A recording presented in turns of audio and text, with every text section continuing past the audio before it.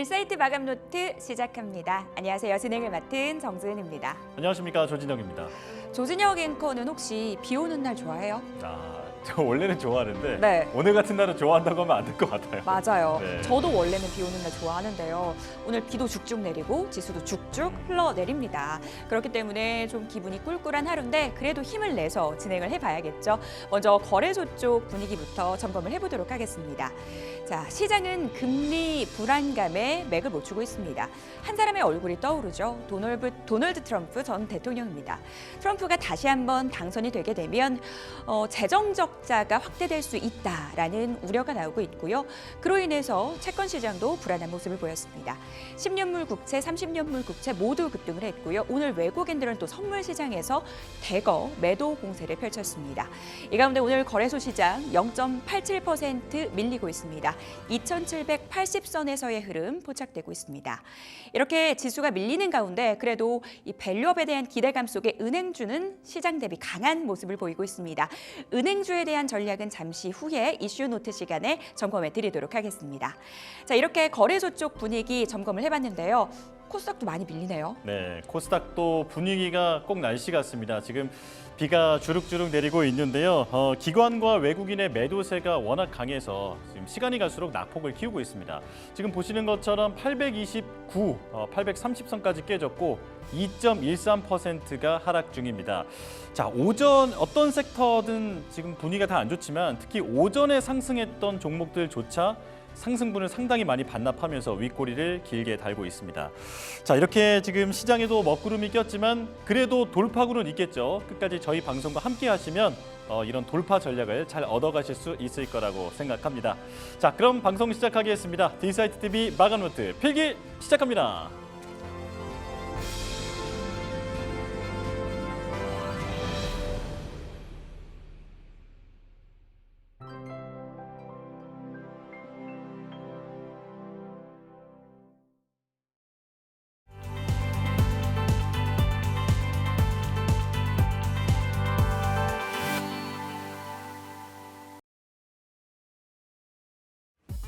이슈노트 시간입니다. 시장을 관통하는 이슈들 저희와 함께 하나하나 점검해 보시죠.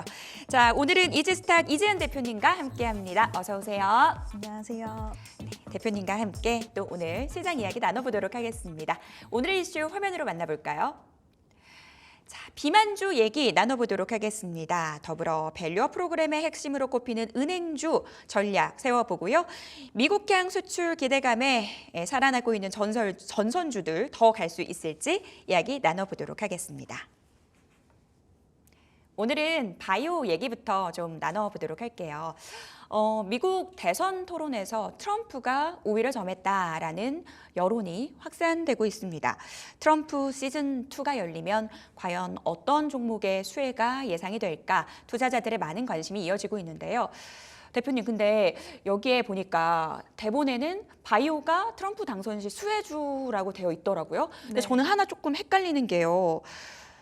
금리가 급등하면 상승하면 성장주 딴에는 또 그게 악재잖아요. 네. 이거를 좀 설명을 해주실 수 있을까요? 일단은 지난 당선 때도 트럼프가 당선됐을 때도 비슷한 흐름이 나와줬는데요. 일단 네. 당선이 확정되고 나서 헬스케어 지수가 3% 올랐고 또 화이자도 7% 급등하는 양상이 나와줬는데 결국에는 바이오 쪽에 이제 규제 같은 부분들이 상당히 많은데 이런 것들을 확 풀어주는 정책들을 펼쳤기 때문에 그와 관련돼서 이제 지난번에도 그랬으니까 이번에도 그럴 수 있지 않을까라는 기대감이 좀 실려 있는 상황이다라고 보시면 될 것 같고요. 네. 이번 TV 토론에서 뭐 확실하게 우리가 바이오를 어떻게 할 것이다라고 얘기가 자세하게 나온 건 아니지만 지금 이렇게 우세되면서 과연 시장에서는 어떤 섹터가 수혜를 받을 수 있을까? 지난 당선과 좀 비슷하게 흐름이 가지 않을까라는 기대감이 실려 있어서 특히 트럼프 같은 경우에 바이오 시밀러 시장 쪽을 굉장히 좀 중요하게 생각을 하기 때문에 네. 최근 들어서 삼성 바이오로직스, 셀트리온 움직임이 좀 괜찮았어요. 예전에 이제 워낙 박스권에 있고 다른 바이오주 갈 때도 무거워서 못 간다라고 생각을 했던 그런 기업들인데 최근 들어서 좀 움직임이 살짝씩 나오고 있는 이유도 이 바이오시밀러 쪽에 그 트럼프가 굉장히 좀 관심도가 높기 때문에 그와 관련돼서 움직임이 좀 시작되었다라고 생각을 하시면 될 것 같습니다. 네. 트럼프 대통령이 당선이 되면 이 바이오시밀러 쪽에 수혜가 예상된다라는 부분, 그와 함께 오늘 국내 증시 안에서도 바이오 대형주들, 뭐 삼성, 바이오로직스 같은 종목들 시장 안에서 선방하고 있습니다. 비만 치료제 쪽 얘기를 해보도록 할게요. 수요가 빠르게 증가하고 있다. 뭐 연이어서 투자 소식 이어지고 있는데요. 저번에도 얘기했지만 거의 만병통치약 수준이더라고요. 앞으로 시장 더 커질까요? 일단은 수요는 계속 늘어날 수밖에 없을 것 같아요. 지금 미국 쪽에서는 이제 비만을 질병으로 지정하기도 했고 또 아름다워지고자 하는 여성들이 굉장히 많다 보니까 남성들도 마찬가지긴 하지만 이런 비만 인구가 계속 늘어나면서 이러한 시장에 대한 규모는 더 커질 수 있을 거라고 보고 있고요. 지금 위고비 같은 경우엔 또 중국에서 사용 승인을 받았는데 중국도 비만 인구가 기하급수적으로 늘어나는 시장이라서 이 시장을 침투했을 때 그 결과값에 따라서 또 비만 시장에 대한 기대감 충분히 더 이제 좀 불이 붙을 수 있다라고 생각이 들고요. 그뿐만 아니라 지금 삭센다. 원래 처음에 나왔던 삭센다가 네. 또 특허 만료가 돼요. 특허 만료가 되다 보니까 또 바이오시밀러 의약품들이 이제 곧 나올 예정이라서 이와 관련돼서 시장이 커지기 때문에 또 이러한 움직임들이 나오는 거거든요. 그래서 저는 비만 치료제 시장은 아까도 만병통치약 말씀을 하셨지만 네. 적응증도 계속해서 확대가 되고 있기 때문에 부작용에 대한 우려도 분명히 있을 수는 있겠지만 일단은 지금 시장에서는 긍정적인 요소에 더 움직이고 있고 일단 결국에는 부작용 없는 약은 없잖아요. 네. 다 있기 때문에 과연 이 치료가 효과가 어느 정도 될 것이냐가 더 중요하다라고 저는 생각을 하고 계속해서 많은 기업들이 이 시장에 뛰어드는 데는 이유가 있다. 거기서 우리는 좀 해답을 찾아야 된다라고 생각을 하고 있습니다.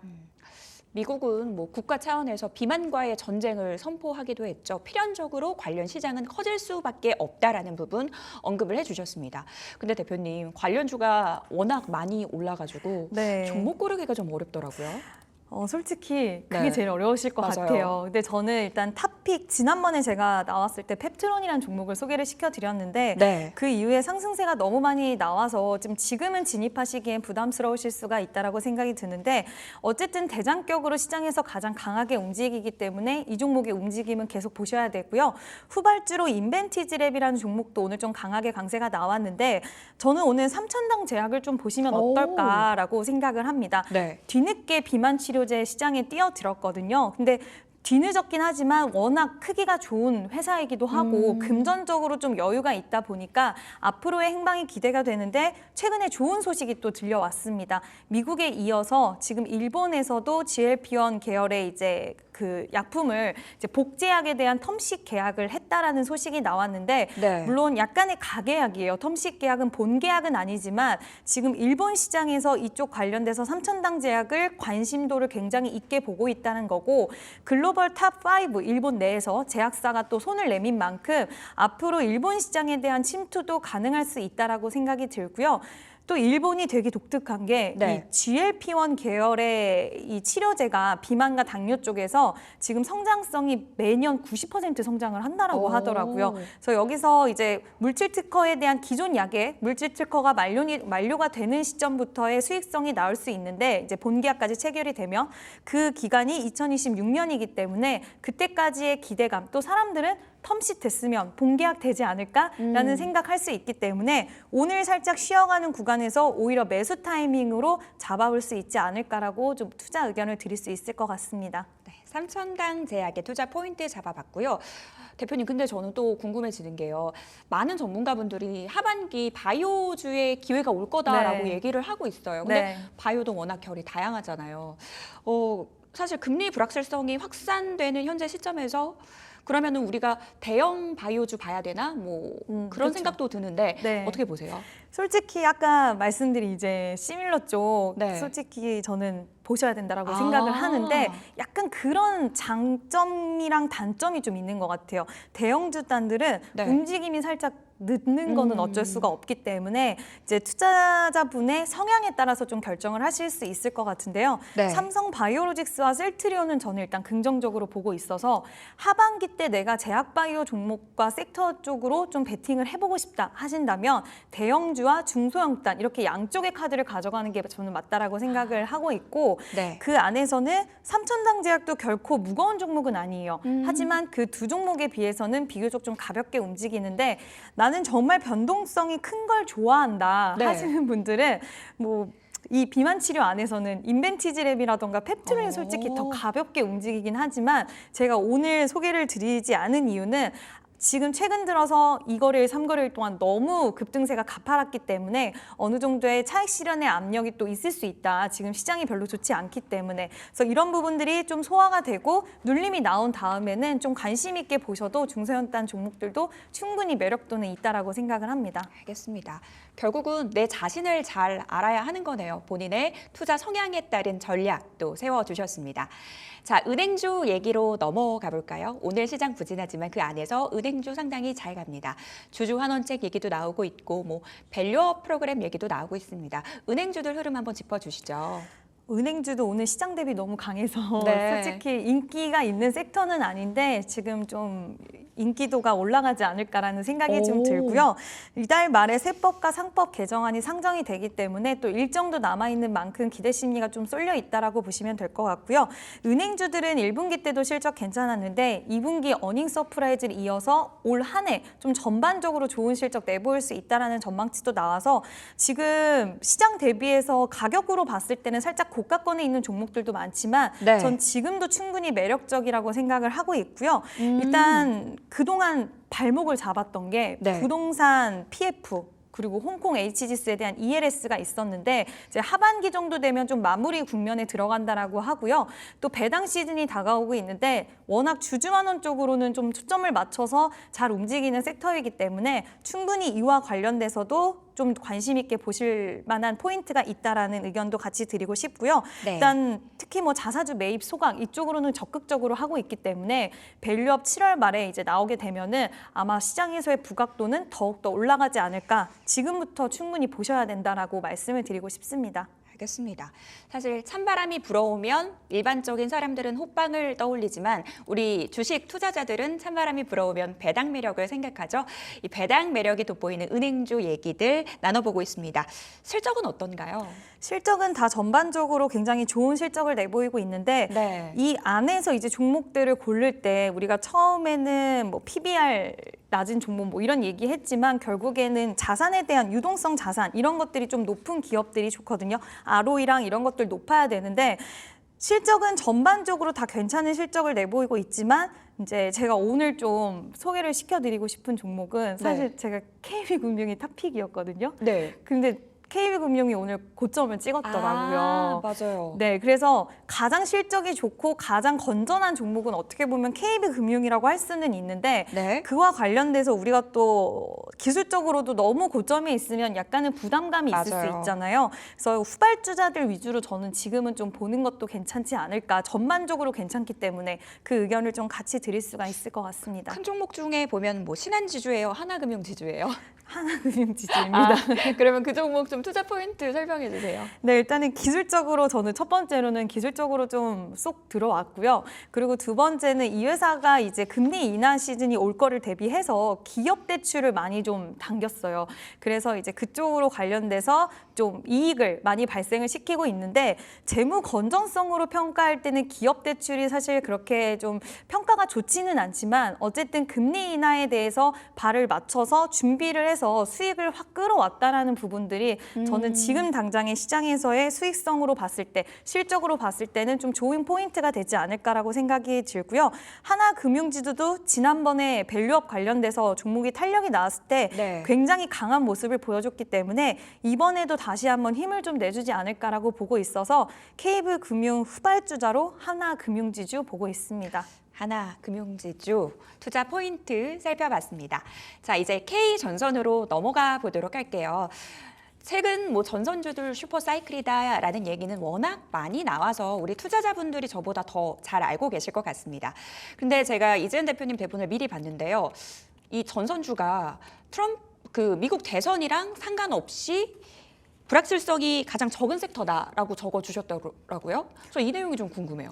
일단은 이제 양쪽 후보 모두 네. 지금 이제 AI 시대에 도래를 했잖아요. 네. 그래서 여기서 세계적으로 AI 시장에 대해서 선점을 하기 위해는 결국에는 그 포인트에는 전력, 필요할 때 전력을 얼마나 빠르게 끌어쓸 수 있느냐가 키포인트가 되기 때문에 어느 후보가 되더라도 이 전력에 대한 교체 수요 이런 부분에 미국이 지금 해야 되는 부분에 대해서는 큰 변화, 그 안에서의 세부 사항은 변할 수는 있겠지만 이 부분에 대해서는 양쪽 후보가 다 지지를 한다라는 이야기를 좀 드리고 싶고요.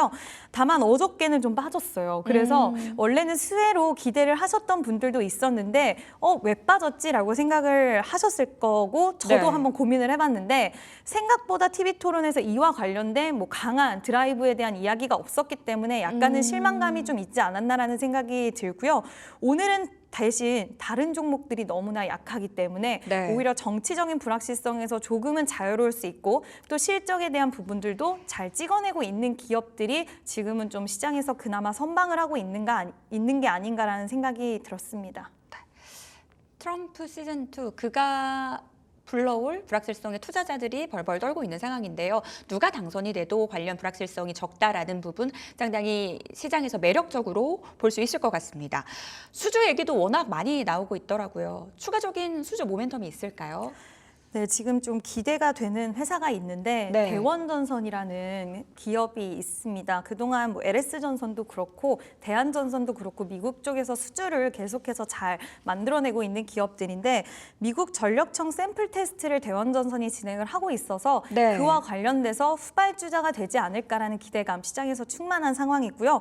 저도 대원전선의 흐름을 좀 오늘도 상승세가 나왔다가 살짝은 윗꼬리가 달아주는 모습을 보여주고 있는데 그동안 기간 조정과 가격 조정을 거쳤기 때문에 오히려 이번에 상승세가 굉장히 좀 시장 대비해서는 눈에 띄었다, 마음에 든다. 네, 윗골이 달았지만 부담스럽지는 않다라고 좀 말씀을 드릴 수가 있을 것 같고요. 네. 자동차용 전선 쪽 일도 하고 있는데 우리 이제 좋아하는 한국 투자자분들이 좋아하는 현대 기아차에도 네. 자동차용 전선을 납품하고 있기 때문에 오. 이쪽 관련된 모멘텀도 같이 있다라는 부분도 좀 체크해볼 만하다라는 이야기 드리고 싶습니다. 전선준의 탑픽으로 대원 전선까지 투자 포인트 들어봤습니다. 자, 이지은 대표님과는 여기서 인사 나눌게요. 오늘 도움 말씀 감사합니다.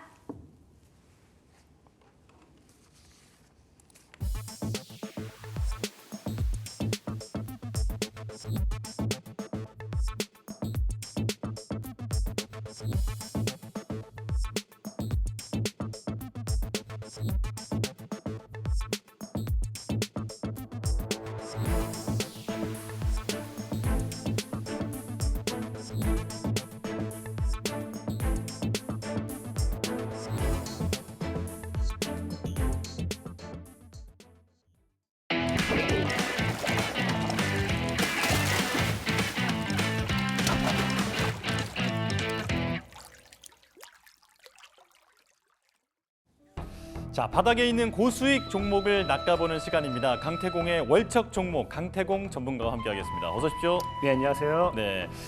자, 오늘 날씨처럼 좀 이제 시장 상황이 안 좋거든요. 이런 상황에 전문가님이 좀 용기를 주셨으면 좋겠어요. 저는 솔직하게 말하면은 이 시장이 오늘 안 좋은 건 맞습니다만은 이 시청자 여러분들이 왜 걱정을 하는지 모르겠습니다. 이 시장이 안 좋다라는 거는 오히려 우리가 싸게 살 수 있는 저가에 매수할 수 있는 종목들이 굉장히 많다라는 거고요.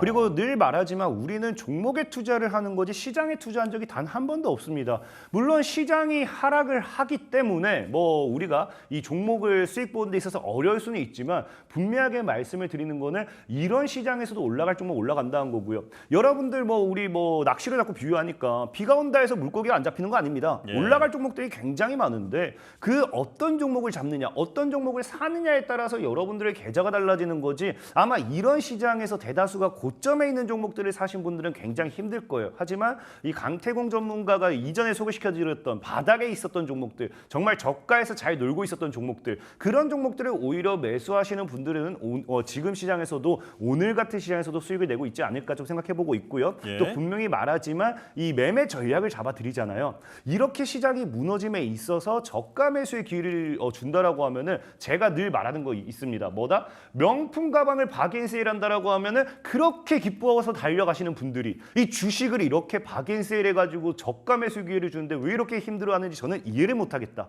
분명히 말씀드리지만 여러분들이 저를 믿고 잘 따라오시기만 한다고 하면은 수익은 걱정하지 마시라. 이 시장의 분위기는 그냥 스쳐 지나가는 이런 해프닝 뭐 이런 정도다 말씀을 드리겠습니다. 네, 자 오늘도 대단한 자신감을 보여주시는 우리 강태공 전문가. 자 지금 주식이 이제 분위기가 안 좋은 게 아니라 세일 중이다. 네, 그러니까 좋은 종목을 잘 정해서 쌀 때 사두면 나중에 고수익을 얻을 수 있다. 지금 이렇게 정리를 해보겠습니다. 자 그러면 바로 시작해 볼게요. 첫 번째 키워드 보여주시죠. 자 꿈에서 비가 오다. 왠지 전 바로 알 것 같아요. 이미 다 알 거예요. 이거는 뭐 제가 사실 뭐라고 표현을 할 수가 없습니다. 이 종목을 가지고서 뭐라 엮어볼까? 사실 제가 무슨 요즘 뭐 사실 뭐 종목에 대한 이 기업적인 모멘텀, 뭐 분석 흐름 이런 거는 너무나 워낙 전문가니까 제가 다 잘 알고 있어요. 하지만 이거를 여러분들에게 어떻게 쉽게 이 기업을 각인시킬까가 정말 너무 어렵습니다. 그러다 예, 예. 보니까 이 기업은 진짜 딱 꿈에서 비가 오다. 이거 말고는 뭐 표현할 게 없는 것 같아요. 네, 좋습니다. 자, 바로 보여주시죠.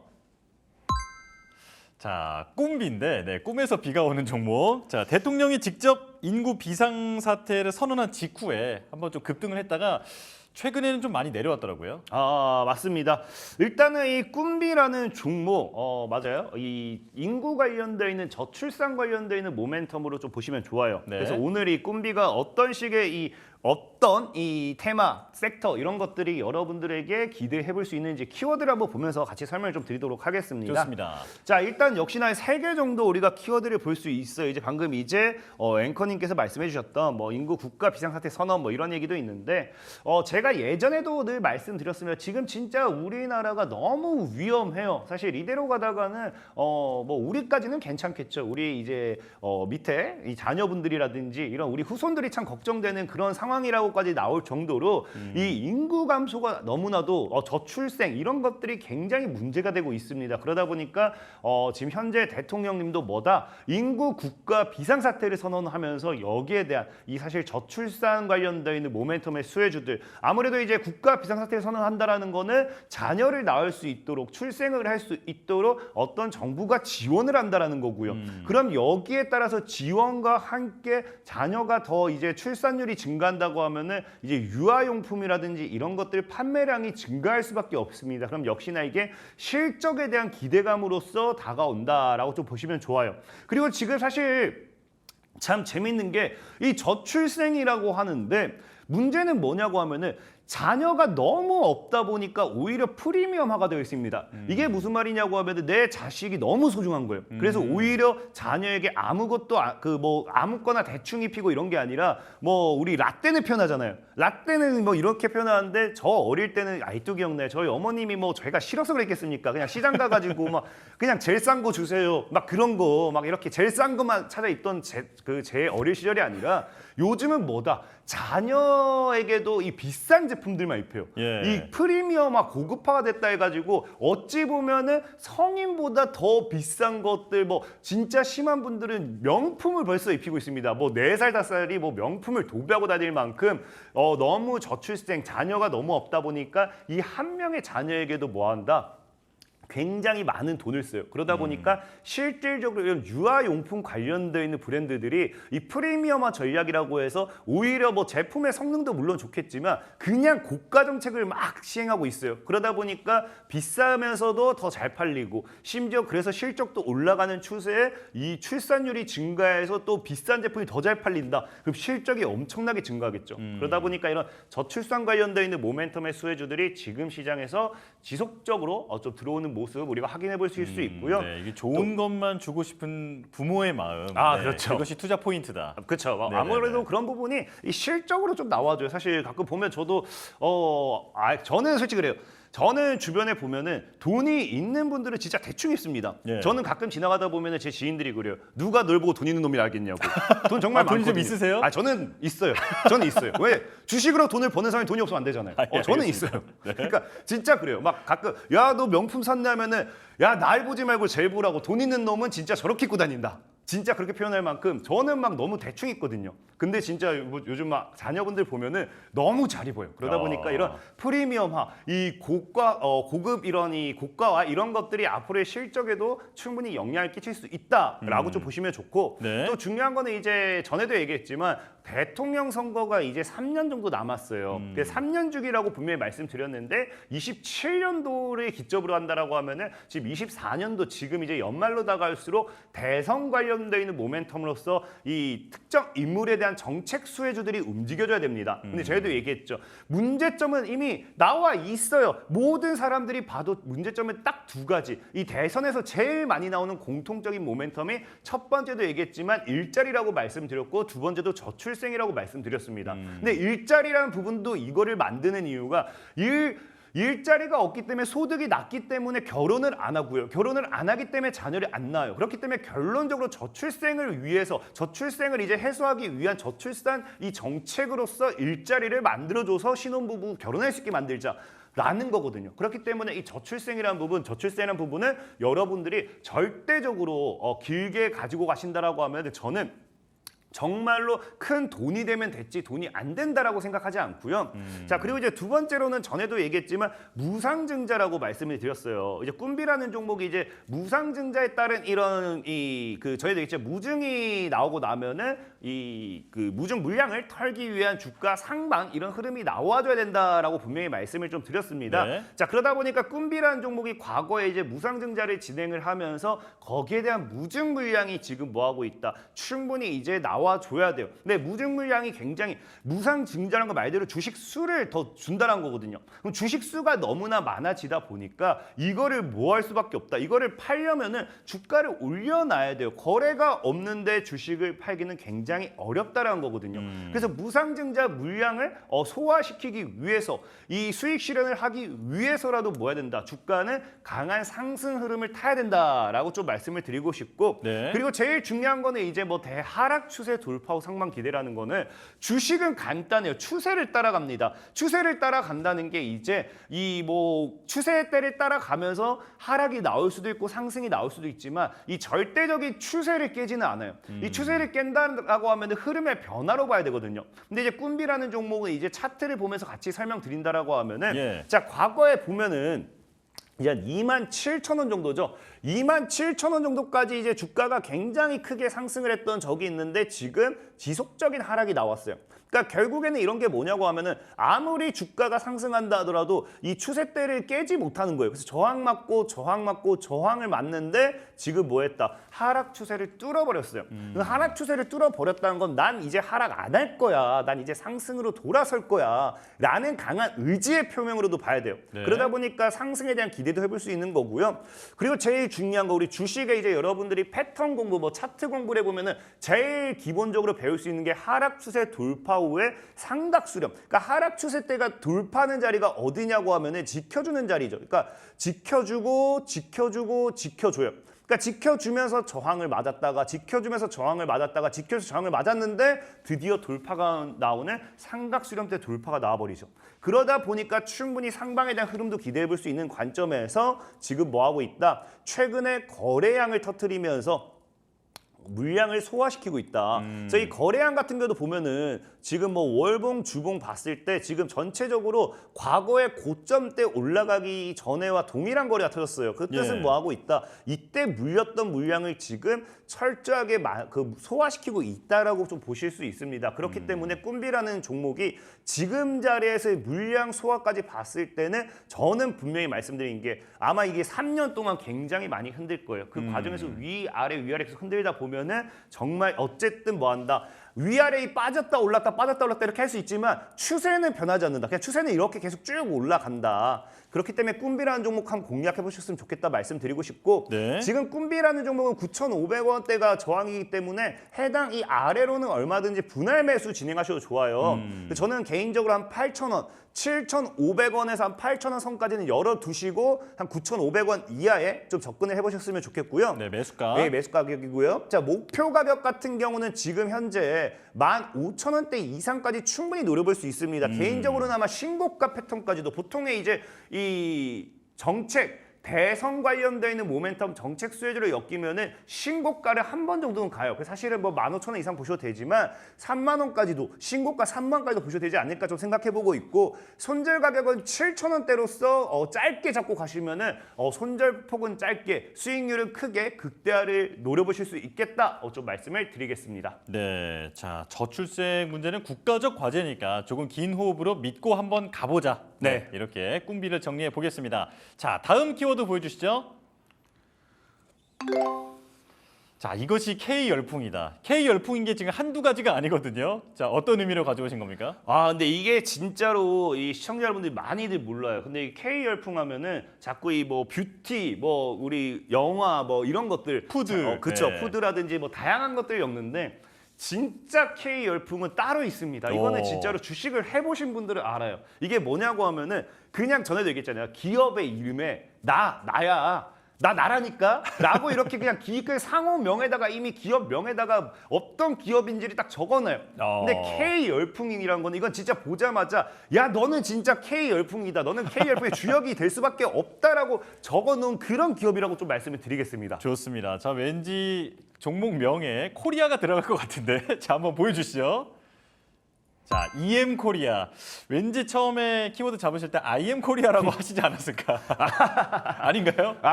그 게임을 한번 해야 될 것 같아가지고.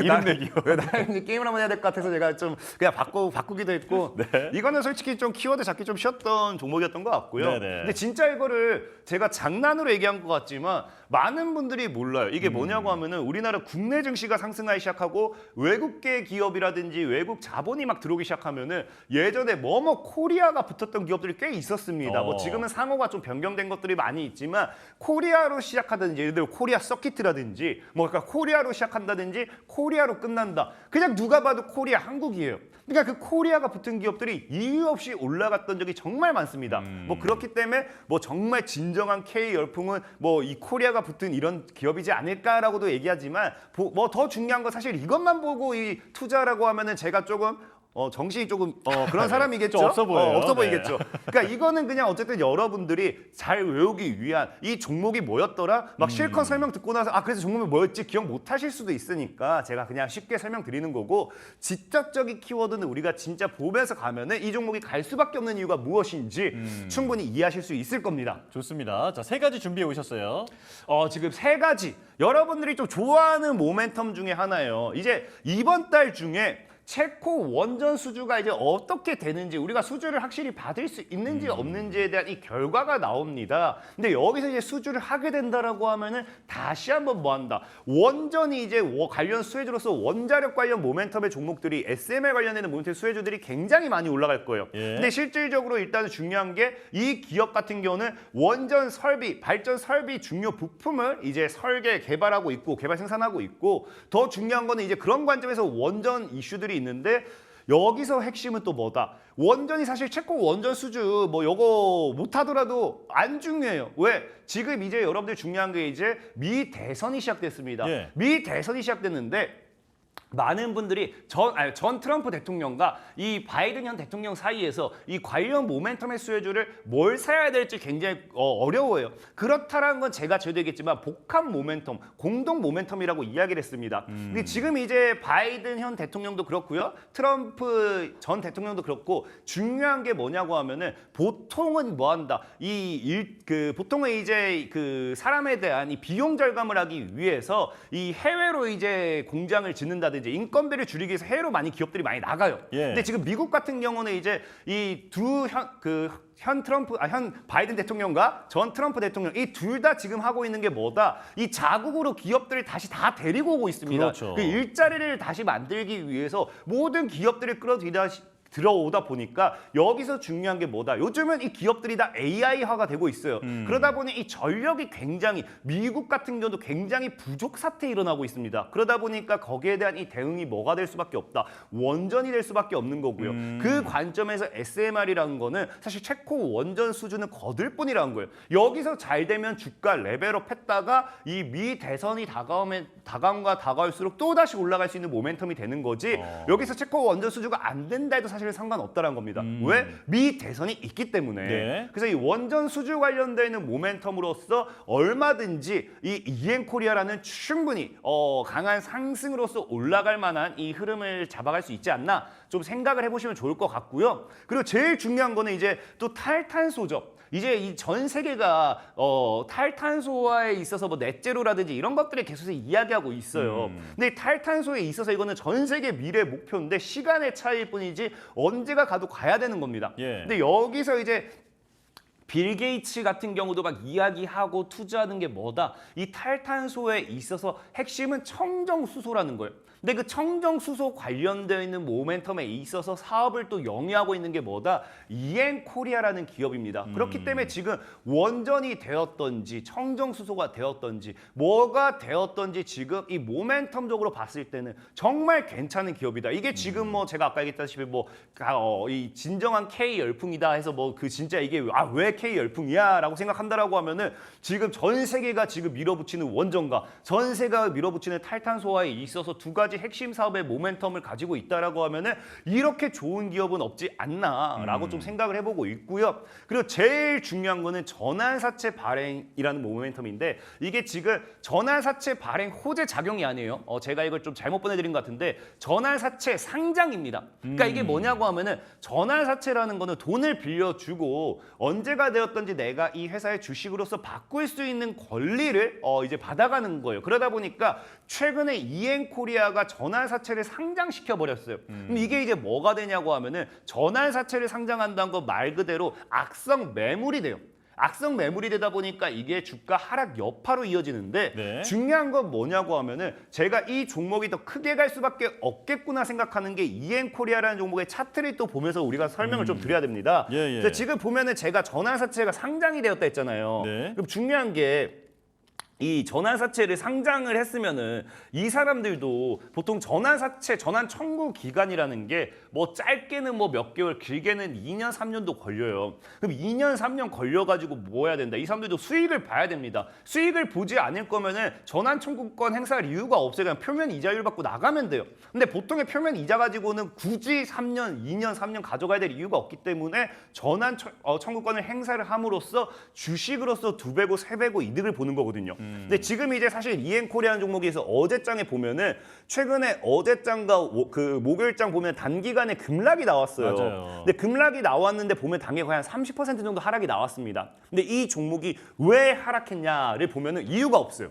그러니까 이유가 없는데 굳이 이 종목에 대한 하락의 이유를 찾으라고 한다고 하면은 아까 얘기했던 전환 청구권 행사거든요. 근데 이 전환 청구권 행사를 했는데 이 전환 청구권 가격이 보면 사람들이 이거 100만 주 뭐 행사했네. 그럼 앞으로 악성 매물 100만 주 나올 거야 하고 막 손절이 치는 거예요. 근데 중요한 건 뭐냐? 자, EN코리아라는 종목의 이 전환 가격을 보면 2,700원대입니다.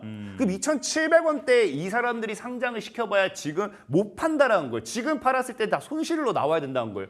어떤 사람이 돈을 몇백억을 빌려주고 뭐 이걸 2년, 3년 기다려가지고 손실을 보고 나오겠어요? 아니라는 거예요. 그렇기 때문에 저는 오히려 전환 청구권 행사를 했다는 것 자체가 이제 주식을 팔 때가 됐다는 거 맞아요. 근데 언제 파느냐? 주가를 올려놓고 팔아야 된다는 겁니다. 그렇기 때문에 EN코리아라는 주가에 더 강한 상방 흐름으로 또 기대해 볼 수 있지 않나 좀 말씀을 드리고 싶고 네. 그렇기 때문에 저는 오히려 2,750원 이하로 시세를 준다라고 하면은 여러분들이 오히려 저가에 매수할 수 있는 저가 매수 기회가 될 수도 있다라고 좀 보고 있어요. 예. 자, 그러면서 목표 가격 같은 경우는 전 기본적으로 보면은 이 6,000원 위로도 원래가 6,000원이 강한 저항이었습니다. 그래서 지금 이 자리는 원래 사야 되는 자리에 보면은 이제 우리가 지지 자리죠, 지지 자리. 그리고 심지어 이제 추세 자체도 딱 하방으로 돌파됐기 때문에 6,000원 정도로 목표가를 보시면서 손절가 1,800원 보시면 되겠다 말씀을 좀 드리겠습니다. 자, 이것이 K 열풍이다 말씀을 해주시면서 어떤 열풍인지에 대해서 지금 설명을 들어보니까 그러니까 K 원전, 뭐 K 방산, K 에너지 자 이런 식으로 자 많은 모멘텀을 안고 있는 종목이 바로 EM코리아다 이렇게 정리를 해볼 수 있겠습니다. 자 여기까지 말씀 듣겠습니다. 강태공 전문가와 함께했습니다. 고맙습니다. 감사합니다.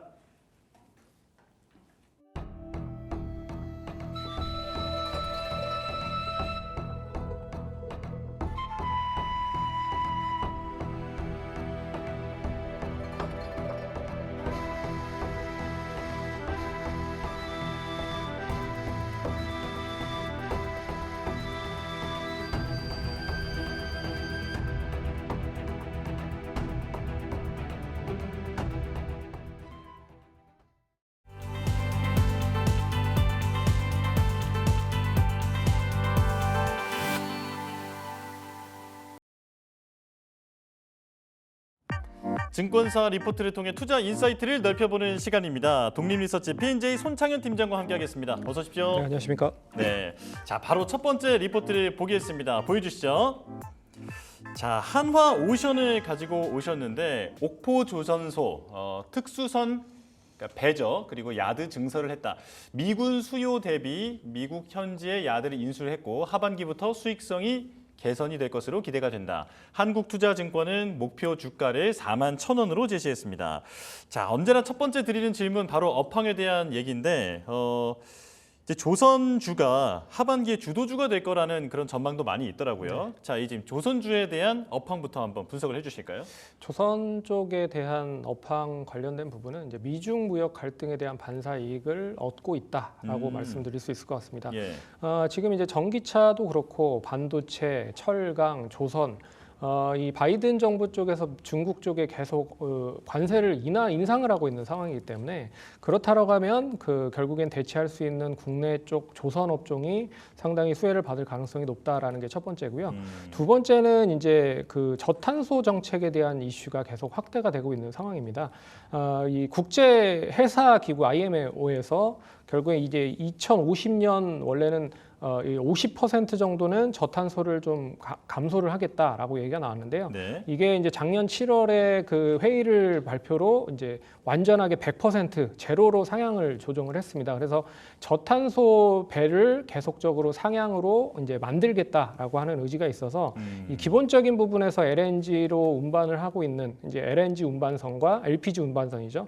그리고 암모니아 운반선에 대한 확대가 계속 늘어나고 있다. 그러니까 예전에는 이 유가를 통해서 배가 움직였다고 하면 이제는 LPG나 암모니아 같은 그런 부분으로 이제 대체를 하고 있다라고 말씀드릴 수 있을 것 같고요. 예. 조선업종은 철저하게 이제 수주 모멘텀에 대한 부분으로 좀 볼 수가 있습니다. 그래서 국내 수출이 얼마만큼 좀 좋아지느냐에 따라서 경기에 영향을 상당히 많이 받고 있거든요. 근데 지금 보시면 아시겠지만 이제 수출이 9개월 동안 연속 플러스가 진행이 되고 있고 13개월 연속 흑자 흐름을 계속 이어가고 있는 상황입니다. 우리나라로 봤을 때 그러면 무역의 수지가 상당히 많이 활발하게 진행이 되고 무역 교역이 활발하게 진행이 되면 당연히 이제 조선 수주로 활발히 진행이 될 가능성이 높거든요. 그런 부분도 이슈가 될 가능성이 높고요. 그리고 기본적으로 조선 업종 자체가 수주 베이스라고 보시면 됩니다. 네. 올해 실적이 재작년에 이미 수주를 받아놓았던 부분이 연결이 되고 실적으로 반영이 되는 시점이 올해라는 거죠. 그러면 올해 실적에 대한 베이스는 결국 내년이나 내후년으로 가고 있는 부분들이라 실적 베이스가 어느 정도 쌓여 있어야 된다라고 말씀을 드릴 수 있을 것 같습니다. 그래서 그런 부분으로 보면 계속 실적이 좋아지고 있는 상황에 봉착해 있다라고 말씀드릴 수 있을 것 같고요. 예. 그리고 노후화된 선박이 계속 교체 수요가 확대가 되고 있다라는 것도 좀 긍정적인 부분인 것 같아요. 그래서 최근에 1분기에 발주된 선조선을 보시면 신조선을 보시면 394척 중에 57% 향하는 224척이 대체연료 선박입니다. 그래서 그만큼 대체연료 선박에 대한 수주가 확대되고 있다라는 것도 좀 눈여겨보셔야 될 그런 대목이다라고 말씀드릴 수 있을 것 같습니다. 네, 자, 괜히 하반기에 주도주로 꼽히는 섹터가 아니다 이런 생각이 드는데 좋은 얘기만 쭉 이제 말씀을 해주시는 것 같아요. 자, 한화오션에 대해서 이제 질문을 드릴 텐데 조금 전에 저희가 그 리포트를 볼 때 여기서 보면 이제 옥포조선소 특수선 함정 야드 증설 이런 말도 있지 않았습니까? 일반 상선과 군함 두 마리 토끼를 다 잡을 수 있다 이렇게 보는 걸까요? 일단 한화가 인수를 이제 대우조선해양을 인수했다는 것 자체가 일반 상선과 더불어서 이제 군함, 이제 방산 쪽을 양호하게 투자를 해서 이제 살려보겠다라고 하는 의지로 좀 해석을 할 수 있을 것 같아요. 그래서 이미 옥포조선소의 함정 건조 시설을 좀 작년 11월 유증 1,500억을 들여서 자금 조달을 해서 완료를 한 상황이고요. 그리고 증설 1단계는 잠수함, 그리고 2단계는 수상함, 그리고 3단계는 차세대 잠수함 생산 기지를 만들겠다. 그걸 이제 2026년 3월까지 3분기까지 만들겠다라고 하는 부분이고요. 기존의 수주의 한 2배 정도 되는 수주라고 한다라고 합니다. 그래서 첫 번째 부분은 이제 옥포조선소 특수선에 대한 야드 증설에 대한 이야기고, 그리고 두 번째는 그 미국 현지 야드에 대한 인수라고 얘기가 나오고 있는 것 같아요. 그래서 이거 역시 탑업인 증권 취득 자금으로 배정한 증자 대금 한 4,200억으로 이미 자금 조달을 마쳤다라고 생각을 하시면 될 것 같고요. 이를 미 해군제 2, 3, 4함대 배속 함정에 대한 MRO, 그러니까 유지 보수 관련된 부분이 이미 뭐 시장에 참여하기 위해서 자격을 갖추는 부분에서 수주를 받을 가능성이 높다. 그리고 호주의 오스틸도 인수할 예정일 수 있는데 만약에 인수를 한다라고 하면 호이암 프로젝트까지 선정이 가능하다라고 하는 부분에서 좀 부분이 그 긍정적으로 볼 수 있다. 그래서 전반적인 그런 이 보고서에 대한 요약을 보시면 이 상선 쪽에 대한 그 수주가 계속 늘어나고 있고, 그리고 이제 군함 쪽 관련된 부분도 증설 투자를 통해서 준비를 하고 있다. 이런 식으로 생각을 하시면 될 것 같습니다. 예, 상선 쪽도 좋고 군함 쪽도 계속해서 이제 앞으로 전망이 좋은데 이제 미국의 군함을 우리 기업이 만드는 날이 이제 곧 다가올 수도 있지 않을까 이제 이런 생각이 듭니다. 자, 그리고 좀 말씀 들어보니까 그 사실 트럼프 전 대통령이 만약에 이번에 뭐 대선에서 이제 승리를 한다거나 그렇게 되면 동맹국들에게 대놓고 계속 그렇게 얘기하지 않았습니까? 방위비 더 내놔라. 네. 예, 이런 것도 어떤 좋은 모멘텀이라고 볼 수 있을까요? 뭐 좋은 모멘텀이라고 될 수 있죠. 그리고 지금 봤을 때 세계 정세가 좀 어지럽잖아요. 그렇죠. 예. 그 지금 전쟁도 많이 일어나고 있고 이제 그게 단기간뿐만 아니라 중장기적인 모멘텀이 될 수 있을 것 같아요. 그래서 네. 지금 우크라이나와 러시아 전쟁도 계속 일어나고 있고 이스라엘도 뭐 하마스와 계속 분쟁이 이어지고 있는 상황이라서 이런 부분들이 계속 장기화되면 장기화될수록 주변국들에 대한 방산 관련된 부분 이 수준은 늘어날 수밖에 없거든요. 거기에 예, 이제 예. 만약에 트럼프 대통령이 또 당선이 된다라고 하면 이 관련된 수주가 더 확대될 가능성이 높다라는 것도 좀 눈여겨 보셔야 될 대목이다라고 말씀드릴 수 있을 것 같습니다. 좋습니다. 자, 리포트에 대한 내용은 아주 꼼꼼하게 짚어주셨고요. 그렇다면 리포트에 담겨 있지 않은 투자 포인트도 좀 알려주시죠. 일단 그 선박 수주 이 올해 선박 수주 관련된 부분에 그 실적의 수주 양을 좀 보시면 어느 정도 해소가 되실 수 있을 것 같은데 이 수주에 대한 부분을 보시면요, HD 조선해양 한국 조선해양이 상반기에 총 116척을 수주를 했습니다. 이게 이 목표치의 약 91.5%를 이미 달성했다라고 보시면 될 것 같고요. 선박에 대한 수주고요. 그리고 하나오션에 대한 부분은 역시 8척인데 약 2조 가량에 대한 수주를 이미 해놓은 상황이다. 그래서 지난해 연간 수주 금액을 역시나 초과하는 그런 상황이고, 삼성중공업도 역시나 22척을 수주를 해서 이 상반기에 50% 이상 초과 수주를 달성을 했다라고만 보더라도 결과적으로 이 조선업종들에 대한 수주 모멘텀이 계속적으로 확대되고 있다라고 말씀을 드릴 수 있을 것 같습니다. 네, 업황 자체가 활발하다. 지금 이렇게 이해를 할 수 있을 것 같은데요. 자, 지금 조금 전에 리포트에서는 목표가를 41,000원으로 들고 나왔습니다. 팀장님께서 보시기에는 어떻게 보십니까? 뭐 적정하다라고 말씀드릴 수 있을 것 같아요. 왜 그러냐면 이게 이제 수익성적인 부분으로 보면 PER 기준으로 이제 대치를 해봐야 되는데 PER은 아직까지도 실적이 얼마만큼 좋아질 수 있을지는 좀 더 확인을 해봐야 된다. 그리고 만약에 PER 기준으로만 본다면 올해 예상 실적에 대한 부분으로 비교를 해보면 목표가가 한 47배 정도 수준이에요. 그래서 상당히 높다라고 말씀드릴 수 있을 것 같은데, 하지만 이제 그 이 다올 쪽에서 다올이 아니 한국투자증권에서 평가를 하고 있는 부분은 PBR을 기준으로 이제 평가를 하는 부분입니다. 그래서 PBR이 2.12배, 27년 기준으로 봤을 때는 41,000원 정도 뭐 제시할 수 있다라고 말씀드릴 수 있어서 어찌 됐든 이 수익성이 얼마만큼 빠르게 도달하는지가 관건이겠지만 PBR로 봤을 때는 뭐 자산 가치 대비해 봤을 때는 충분히 가격적인 매력이 있다라고 말씀드릴 수 있을 것 같습니다. 네, 목표가 41,000원 충분히 가능하다 말씀해 주셨는데 혹시 조금 더 갖고 있으면 이거보다 좀 더 갈 수 있을 거라고 보십니까? 일단 뭐 기술적인 흐름이 조금 전개돼야 된다라고 좀 보고 있지만 최근에 그 조선 관련된 종목들을 좀 보시면 이제 바닥에서 좀 턴어라운드를 하고 있는 그런 종목들이 많아지고 있는 상황이에요. 그래서 6월달 말에도 보셨다시피 이제 패시브 자금들에 대한 자금이 조금씩 들어오고 있다라고 하는 것도 좀 긍정적으로 보셔야 될 것 같고, 그리고 낙폭이 과대했었던 종목들로 대래 좀 상승을 하고 있다. 그리고 대우조선해양을 인수한 시너지가 올해 본격적으로 발휘가 된다라고 하면 좀 관심 있게 보셔도 더 좋지 않을까 그렇게 말씀드리겠습니다. 좋습니다. 자, 한화오션은 여기까지 얘기를 나눠보고요. 자, 다음 리포트 보겠습니다. 자, 다음은 삼성바이오로직스인데요. 2분기 실적의 추정치가 소폭 상회한다. 4공장의 빠른 가동률 상향, 중장기 관점의 업황 개선 전망. 지금 목표 주가가 100만 원이 나왔는데 네. 지금 바이오가 최근에 업황에 대해서 말이 좀 너무 많아요. 지금 잘 이해가 안 되거든요. 한번 좀 깔끔하게 정리를 해줬으면 좋겠어요. 일단 바이오 쪽에 최근에 많이 이슈가 되고 있는 쪽이 이제 노보노디스크의 네. 이제 싹센다라고 하는 비만 치료제가 가장 큰 핵심인 것 같습니다.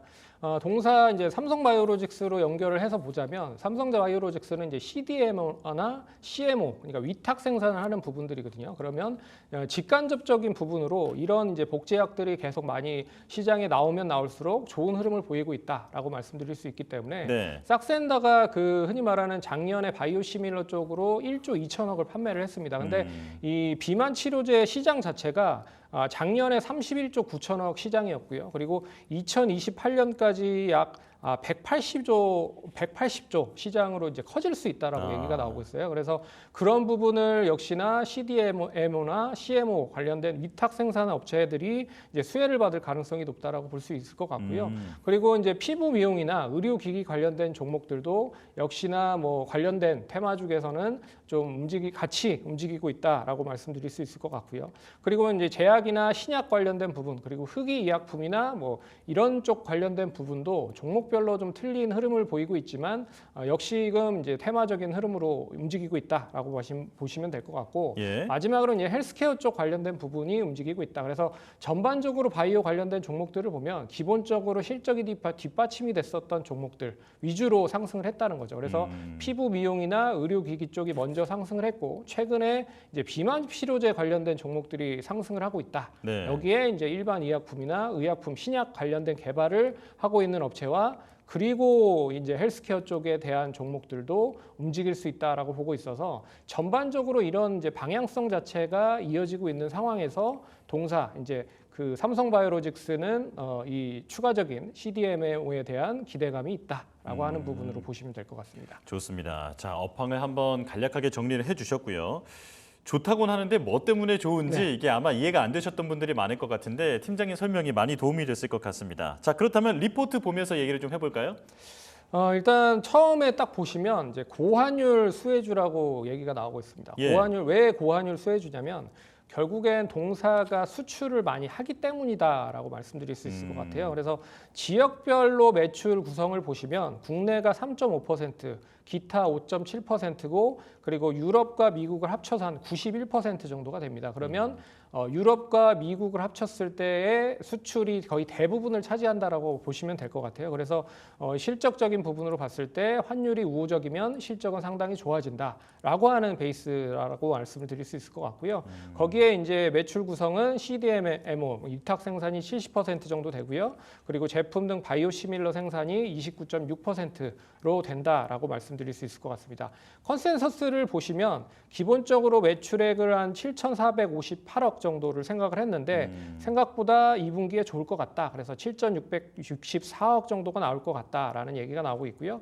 그리고 영업이익도 2,679억을 생각을 했는데 2,890억으로 상당히 높아질 거다라고 하는 게 첫 번째 단락에 이제 구성된 이야기고요. 예. 두 번째는 뭐 아시다시피 이 바이오 시큐어라고 하는 부분입니다. 이게 뭐냐면 그 미국 생물보안법에 대한 부분이에요. 그 미국 생물보안법이 결국에는 이 미국에 있는 업체들, 그러니까 중국에서도 업체들이 이제 CMO로 미국에서 생산을 하겠다는 거죠. 근데 네. 중국의 이 위탁 생산하는 기업들을 배제하겠다라는 뜻으로 해석을 하시면 될 것 같아요. 그래서 중국의 CMO 업체들이 점차 비중을 줄일 거다라고 하는 게 이게 이 미국의 생물보안법으로 법안이 아직 제정이 되지 않은 상황이거든요. 근데 만약에 법안이 제정이 되면 결국에는 미국에서 CMO를 하고 있는 기업들이 수혜를 받을 가능성이 높다라고 말씀드릴 수 있을 것 같고 이 삼성바이오로직스가 앞에서도 설명을 해드렸듯이 한 25% 정도가 미국에서 이미 CMO 사업을 지금 진행을 하고 있는 상황이기 때문에 예. 그런 부분에서 반사 이익을 얻는다라고 말씀을 드릴 수 있을 것 같고 그게 이제 법안 제정이 된다라고 하면 단기적으로는 법안이 이 통과가 되는 부분들로 발의가 되지는 않지만 중장기적인 부분에 있어서는 모멘텀이 될 수 있다라고 하는 부분에서 이러한 부분들 앞에서 얘기해드렸던 환율에 대한 효과와 결국엔 이 바이오 생물보안법 관련된 이슈로도 중장기 모멘텀이 존재하고 있다라고 말씀을 드릴 수 있을 것 같습니다. 네, 팀장님 설명을 들으면서 아마 투자자분들은 환율이 꺾이면 어떡하지라는 생각을 하다가도 네. 그러다가 이제 생물보안법이 제정이 되면서 이런 중장기 모멘텀이 살아나면 또 상쇄될 수 있지 않을까 이런 생각을 하실 수 있을 것 같은데 네. 팀장님께서는 어떻게 보십니까?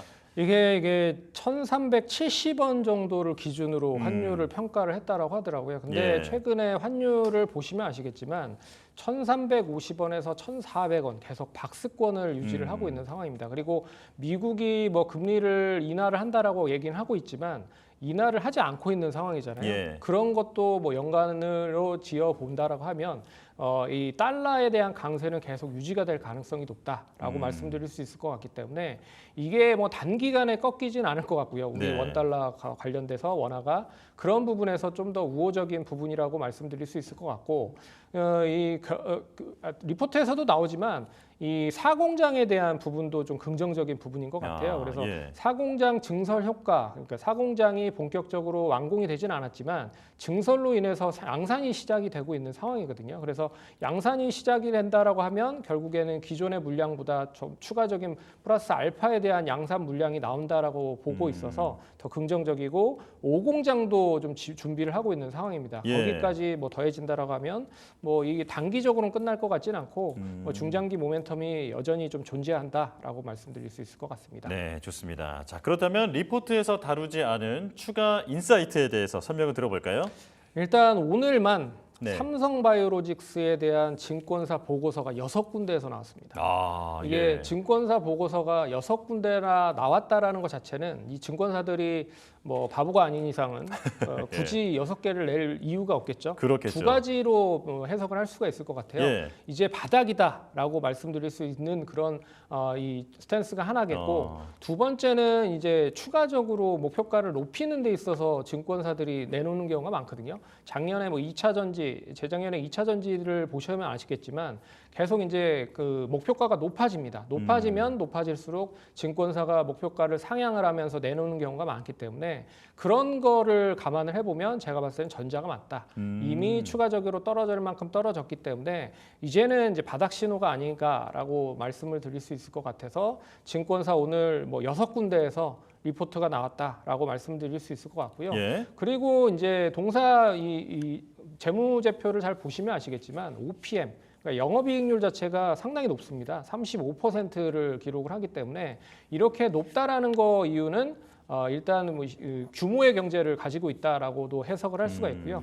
그리고 이렇게 제조업 베이스를 가지고 있는데 영업이익률이 높다라고 하는 거는 상당히 수익성적인 부분에서도 긍정적이다라고 말씀드릴 수 있을 것 같고요. 제조업 같은 경우에 뭐 자동차 관련된 부분을 잘 보시면 많이 높아야 5%입니다. 더 높아야 10% 안쪽이에요. 네. 그런데도 불구하고 제조업을 바탕으로 하는 이 삼성바이오로직스는 거의 40%에 육박을 하고 있기 때문에 뭐 게임이나 엔터 수준이다라고 생각을 하시면 될 것 같아요. 그만큼 규모의 경제를 가지고 있다라고 말씀드릴 수 있을 것 같다라고 드릴 수 있을 것 같습니다. 좋습니다. 자, 그렇다면 삼성 바이오로직스 바닥이고 이제 여기에서 올라갈 일만 남은 것 같다라는 생각이 드는데 그렇다면 DS투자증권은 목표가를 100만 원을 가지고 나왔었거든요. 어떻게 보십니까? 이게 이제 역시나 목표가는 이 삼성 바이오에피스와 영업 가치를 더했고요. 그리고 그 사공장이 전체 가동이 된다라고 하는 거를 27년 2분기 때를 가정을 했고 그리고 순차익금을 제외를 하긴 했지만 이거를 이제 총 더했을 때 100만 원이다라고 얘기를 하고 있는 것 같더라고요. 하지만 이제 동사 올해 실적으로만 보면 지금 이제 그 100만 원이라는 거 가치가 PER 기준으로 60배로 상당히 높습니다. 그래서 결국에는 이제 삼성 바이오에피스에 대한 영업 가치와 그리고 신공장 전체 가동 그리고 이런 부분들을 좀 더했다라고 말씀드릴 수 있을 것 같고요. 하지만 5공장에 대한 완료도 내년 25년 4월에 완료가 되기 때문에 그런 거를 감안을 해보면 지금 가격대가 그렇게 나쁜 가격대는 아닌 것 같다라고 말씀드릴 수 있을 것 같습니다. 네, 알겠습니다. 자, 지금까지 손창현 팀장님과 함께 삼성 바이오로직스 그리고 앞서서는 한화오션까지 살펴봤습니다. 자, 오늘 말씀 고맙습니다.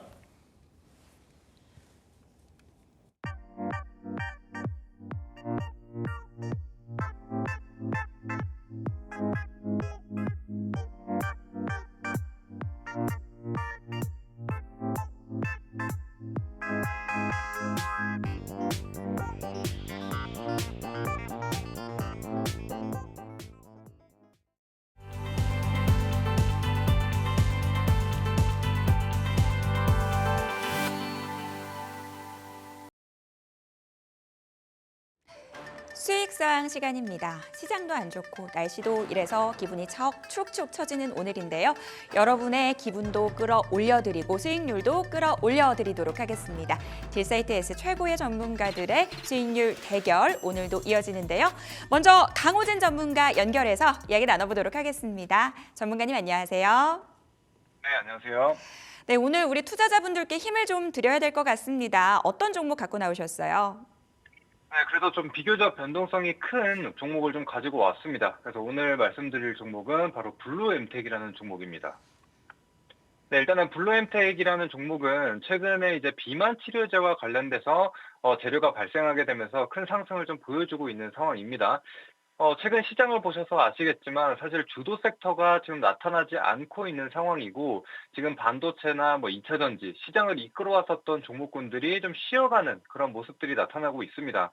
이제 그러다 보니까 이 수급들이 갈 곳이 마땅치가 않은데 지금 이 상황에서 좀 제약바이오 쪽으로 좀 들어가고 있는 게 확인이 되고 있습니다. 게다가 이 비만 치료제와 관련된 기업들이 일라이 릴리라든지 노보노디스크 이런 기업들이 계속적인 우상향을 이어가고 있는 상황이고 이제 그러다 보니까 시장에서 또 비만 치료제에 관련된 종목들이 다시금 좀 부각을 받고 있는 그런 모습이 확인이 되고 있습니다. 게다가 최근 이 비만 치료제 시장이 앞으로 180조 규모까지 성장할 것이다 이런 얘기들이 들려오고 있습니다. 게다가 이제 계절적으로 지금 여름이 다가왔기 때문에 이 다이어트에 대한 또 관심도가 같이 올라가고 있는 상황이기 때문에 또 이런 비만 치료제로 수급이 좀 들어오고 있다. 이렇게 좀 봐주시면 될 것 같고, 그 다음에 이제 수급적인 측면으로 보더라도 최근에 이 제약바이오 대형주 위주로 좀 이슈들이 발생을 하고 있습니다. 셀트리온 같은 경우에도 이번 바이오시밀러가 이제 유럽 승인 권고를 좀 받았다 이런 얘기도 들려왔고 오늘 삼성바이오로직스도 마찬가지로 미국 이 제약사를 통해서 1.5조 원 규모의 수주를 따냈다 이런 얘기들이 나오고 있죠. 그래서 이 제약바이오들 대형주들이 좀 움직이게 되면서 이런 다른 소형주들까지도 같이 움직일 수 있겠다 이렇게 좀 봐주시면 될 것 같고요. 그다음에 이제 추가적으로 이 블루엠텍이라는 기업에 대해서 조금 말씀을 드리자면은 일단은 이 기업은 최근에 이 치료 억제제 식욕 억제제라고 불리는 이 삭센다라는 이 제품을 국내 유통을 담당하고 있는 기업입니다. 이제 그러다 보니까 이 삭센다에 대한 이슈가 좀 생기면 생길수록 이 블루엠텍 쪽으로 수급이 좀 들어오고 있다. 이렇게 좀 봐주시면 될 것 같고요. 게다가 이제 특허 만료가 얼마 남지 않았습니다. 그래서 이제 바이오시밀러가 앞으로도 또 추가적으로 나올 것으로 좀 보여지고 있는데 이미 블루엠텍 같은 경우에는 삭센다 유통을 해봤기 때문에 또 추가적으로 이 바이오시밀러가 나오게 될 경우에 블루엠텍이 또 국내 유통을 또 이어서 할 수가 있다 이런 관점으로 한번 봐주시면 될 것 같습니다. 그래서 그런 부분을 기억해 주시고 지금 또 삭센다를 좀 생산해서 판매하고 있는 노바티스를 고객사로 좀 보유하고 있기 때문에 앞으로도 그에 대한 수혜를 계속적으로 이어갈 것이다 이렇게 좀 봐주시면 될 것 같습니다. 자, 일단 그 부분 참고해 주시고 추가적으로 제가 차트 한번 보면서 가격 전략까지도 안내해 드리도록 하겠습니다. 자, 현재 일단 15,000원 구간에서 지금 움직임을 보여주고 있는데 지금 거래 흐름을 보더라도 상장 이후에 계속적인 조정을 보여주다가 최근에 이 비만 치료제와 관련된 이슈가 붙게 되면서 대량 거래량이 발생을 했죠. 오늘도 1,500만 주 이상의 거래량이 좀 발생을 했는데 이 주식 수를 보더라도 1,000만 주 정도가 됩니다. 근데 유통 비율이 65% 정도가 되기 때문에 대략적으로 650만 주에서 700만 주 정도가 유동 이 주식수라고 보면 되는데 2배 넘는 거래량이 오늘 발생을 했습니다. 그래서 손바뀐 가능성이 있다 이렇게 좀 말씀드릴 수 있겠고 게다가 이 블루엠텍 같은 경우에는 이 공모 가격이 19,000원이었습니다. 근데 현재 공모가 하단에 지금 위치하고 있기 때문에 그런 측면으로 봤을 때도 지금은 좀 부담이 없다. 추가적으로 좀 탄력이 더 붙어줄 수 있다. 이렇게 좀 생각이 됩니다. 그래서 해당 부분 참고해 주시고 그래서 일단은 매수가는 지금 가격 부근 그래서 소폭 조정이 나오면은 분할 매수 관점으로 진입을 해주시면 됩니다. 그래서 매수가 범위를 좀 정해드리자면은 14,000원에서 15,000원 구간 이 구간을 잡아주시면 되겠고 일단 목표가는 이전에 좀 매물이 형성돼 있고 단기 고점이 형성이 되어 있는 이 2만 원 구간 그리고 또 공모가가 19,000원이라고 말씀을 드렸죠. 그래서 해당 가격의 부근인 2만 원 정도로 잡아드리도록 하겠고 이제 손절가 같은 경우에는 단기적인 추세가 좀 발산이 됐었던 가격대인 한 12,000원 정도로 잡고 대응해 주시면 되겠습니다. 네, 강호진 전문가와는 여기서 인사 나누겠습니다. 오늘 도움 말씀 감사합니다. 감사합니다. 강호진 전문가의 종목 제가 한번 투자 포인트 정리를 해드리도록 하겠습니다. 저희가 이 시간 통해서 이 비만 치료제 시장의 확장성, 성장성에 대해서 지속적으로 말씀을 드렸죠. 관련된 모멘텀 부각되고 있다라는 부분 말씀을 해주셨어요. 더불어서 여성분들이라면 싹센다 다들 들어보셨을 것 같은데요. 국내 약국 유통을 하고 있다라는 부분 관련된 이슈까지도 점검을 해주셨습니다. 일단 오늘 급등이 나왔기 때문에 가격 전략이 상당히 중요할 것 같은데요. 매수가 밴드 확인하시고요. 목표가 2만 원 잡고 대응해 보도록 하겠습니다. 자, 이어서 다음 전문가 바로 연결해 보도록 하겠습니다. 이주영 전문가 연결할게요. 전문가님 안녕하세요. 네, 안녕하세요. 네, 오늘의 종목 바로 공개해 주세요. 네, 지금 이제 대외적인 불확실성이 좀 커지면서 시장이 좀 크게 흔들리고 있는 모습인데요. 일단 이제 이런 어려운 장세 속에서 뭐 여유 있게 좀 분할 매수 가능한 신규 상장 낙폭과 대주 IMBDX 준비를 좀 했습니다. 일단 이제 신규 상장들 같은 경우에는 이제 변동성이 크기 때문에 뭐 초보 투자자들 같은 경우에는 공략하기 어려울 수 있는데요. 뭐 이럴 때 이제 원칙이 있다라고 한다면 쉽게 공략을 할 수 있겠죠. 뭐 저 같은 경우에는 이제 신규 상장주 같은 경우에는 이제 박스권 돌파하는 흐름들이 나오거나 아니면 이제 고점 대비 뭐 60에서 70% 충분한 기간 조정과 가격 조정을 거쳐서 뭐 오버행 물량이 나오는 시점을 공략하면서 단기적으로 좀 빠르고 큰 수익을 좀 내왔는데요. 자, IMBDX에는 이제 숫자에 해당되는 낙폭과도의 패턴에 해당이 된다 이렇게 말씀을 좀 드리겠고요. 특히 이제 이런 종목을 공략할 때는 업황을 좀 자세히 보셔야 되는데 지금 액시 생검 시장을 좀 보시면 로시드 글로벌 빅파마가 수천억대 대규모 투자를 이끌면서 액체 생검 검사 시장을 선점하는 모습을 지금 나와주고 있는데요. 과거 미국 바이오벤처 테라노스가 뭐 사기 사태 등으로 인해서 액체 생검에 대한 시장 신뢰도가 많이 좀 하락했지만 최근에는 여전히 차세대 진단 기술인 액체 생검의 시장 가치를 높게 평가하고 있는 분위기가 되겠습니다. 특히 이제 바이오 같은 경우에는 이제 빅파마들이 과연 얼마 정도의 자금을 투자했냐에 따라서 향후 업황에 대한 성장성을 가늠해 볼 수 있는데요. 특히 이제 2023년도 이 ADC 쪽으로 빅파마들의 대규모 투자와 M&A가 이루어지고 나서 뭐 올해 알테오젠이나 리가켄 바이오 같은 종목들이 굉장히 좋은 흐름이 좀 나와주었거든요. 근데 이제 액체 생검 같은 경우에도 특히 이제 로슈가 2019년도부터 지금까지 프리놈이라는 미국 바이오 벤처 기업에 약 1조 8천억 정도 투자를 지속하고 있기 때문에 상당히 좀 긍정적으로 좀 보고 있다 이렇게 말씀을 좀 드리겠고요. 또 오늘 나온 기사를 좀 보시게 되면 진캐스트라는 국내 이 액체 생검 암 진단 바이오 기업이 60억 정도의 프리 IPO를 마치고 이제 상장이 임박돼 있다라고 좀 하거든요.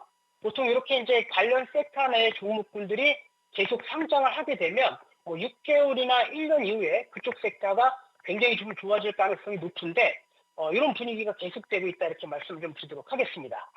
자, IMBDX 지금 현재 적자 기업인데요. 2027년도 흑자가 예상이 되고요. 올 1, 4분기 매출을 보신다라고 한다면 전년 동기 한 70% 그리고 해외 시장이 한 200% 정도 빠르게 좀 성장하고 있기 때문에 아직은 적자지만 회사 자체는 점점 좋아지고 있다 이렇게 말씀을 좀 드리겠고요. 특히 이제 이 종목 보실 때 가장 중요한 부분은 보호예수 물량이 되겠죠. 자, 보호예수 현황을 보시게 되면 최대 주주가 16.3% 상장일로부터 3년 보유에서 걸려 있고요. 공동 창업자 10%, 상장일로부터 3개월, 셀레믹스 9.83%, 대략적으로 한 36%가 3년 보유해서 물량에 걸려 있는 상황이고요. 상장 당일에 이제 유통 가능했던 물량은 21%. 그리고 이제 지금 가장 중요한 물량이 기타 주자 물량인데요. 이게 이제 그 FI들이 가지고 있는 물량인데 상장 1개월에 대략적으로 200만 주 좀 넘게 들고 있고요. 그리고 3개월 차에 마지막 한 300물량 정도가 남아있는 상황이기 때문에 이 물량 자체를 소화한다고 한다면 단기적으로 좀 빠르게 좀 올라갈 가능성이 높다 이런 말씀 좀 드리면서 자 차트를 보면서 기술적 흐름 좀 설명을 좀 드리도록 하겠습니다. 자 IMBDX의 일봉상의 모습인데요. 자, 보시게 되면 이제 신규 상장 당일날 뭐 기관 투자자의 청약이 좀 활발했기 때문에 기대감을 가지고 뭐 신규 상장 당시 시가가 28,550원에 시작해서 45,550원까지 좀 급등이 나왔고요. 지금은 이제 물량 부담이 있는 상태이기 때문에 지속적으로 좀 하락하는 모습. 그리고 이제 그 1차 물량을 소화하는 과정에서 조금 거래량이 좀 터지고 지금 보시게 되면 2차 하락 구간에서 보시면 거래량이 거의 없는 모습이거든요. 그렇기 때문에 여기서 뭐 크게 이제 밑으로 내렸다라기보다는 이런 이제 악재 물량을 소화하기 위해서 기간 조정과 가격 조정에 좀 들어간 모습이다라고 좀 보여지고요. 현재 이제 주가 위치도 뭐 9.45,500원 대비해서는 거의 한 75% 정도 하락한 그리고 신규 상장주 13,000원 대비해서도 거의 한 30% 가깝게 하락한 구간이기 때문에 굉장히 좀 부담 없는 가격대다 이렇게 말씀 좀 드리겠고요. 자 가격 전략 좀 잡아드리면 지금 뭐 시가부터 그리고 또 한 가지 좀 체크하셔야 될 부분이 내일 7월 3일이 물량이 나오는 날이기 때문에 내일 대파락 가능성이 있습니다. 그렇기 때문에 내일 가파락하는 시점부터 오전장까지 여유 있게 좀 분할 매수를 좀 하시면 될 것 같고요. 자, 손절 라인대는 8,000원 라인대 그리고 1차 목표가는 이제 그 공모 가격인 13,000원대 보시고요. 그다음에 조금 더 본다라고 한다면 15,000원대까지 중기 관점에서 현재 가격 구간에서 50% 이상 눌러볼 수 있다. 이렇게 좀 정리해서 말씀드리도록 하겠습니다. 네, 이주영 전문가와는 여기서 인사 나누겠습니다. 오늘 도움 말씀 감사합니다. 네. 이주영 전문가의 종목 다시 한번 좀 정리를 해볼까요? 세네 기주를 선정을 해주셨어요. 낙폭 과대에 따른 기술적 반등 기대해 볼 수 있다라고 말씀을 해주셨는데 목표가 13,000원, 손절가 8,000원 잡고 대응해 보도록 하겠습니다. 자, 전문가들의 수익률 대결은 내일도 계속됩니다. 지금까지 수익 상황이었습니다.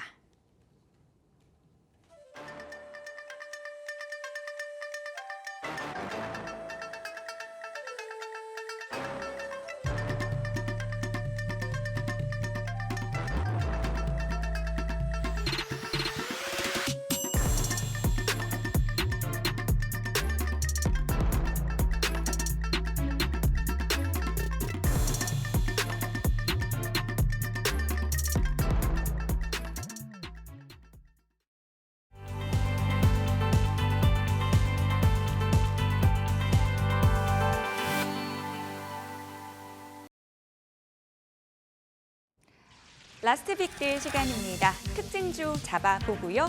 종가 매수 여부 확인해 보도록 하겠습니다. 네, 오늘은 이재규 AJ 인베스트먼트 대표, 최진욱 영앤리서치 본부장과 함께하겠습니다. 두 분 어서 오십시오. 안녕하세요. 네. 네, 오늘은 2차 전지 쪽 얘기부터 해보도록 하겠습니다.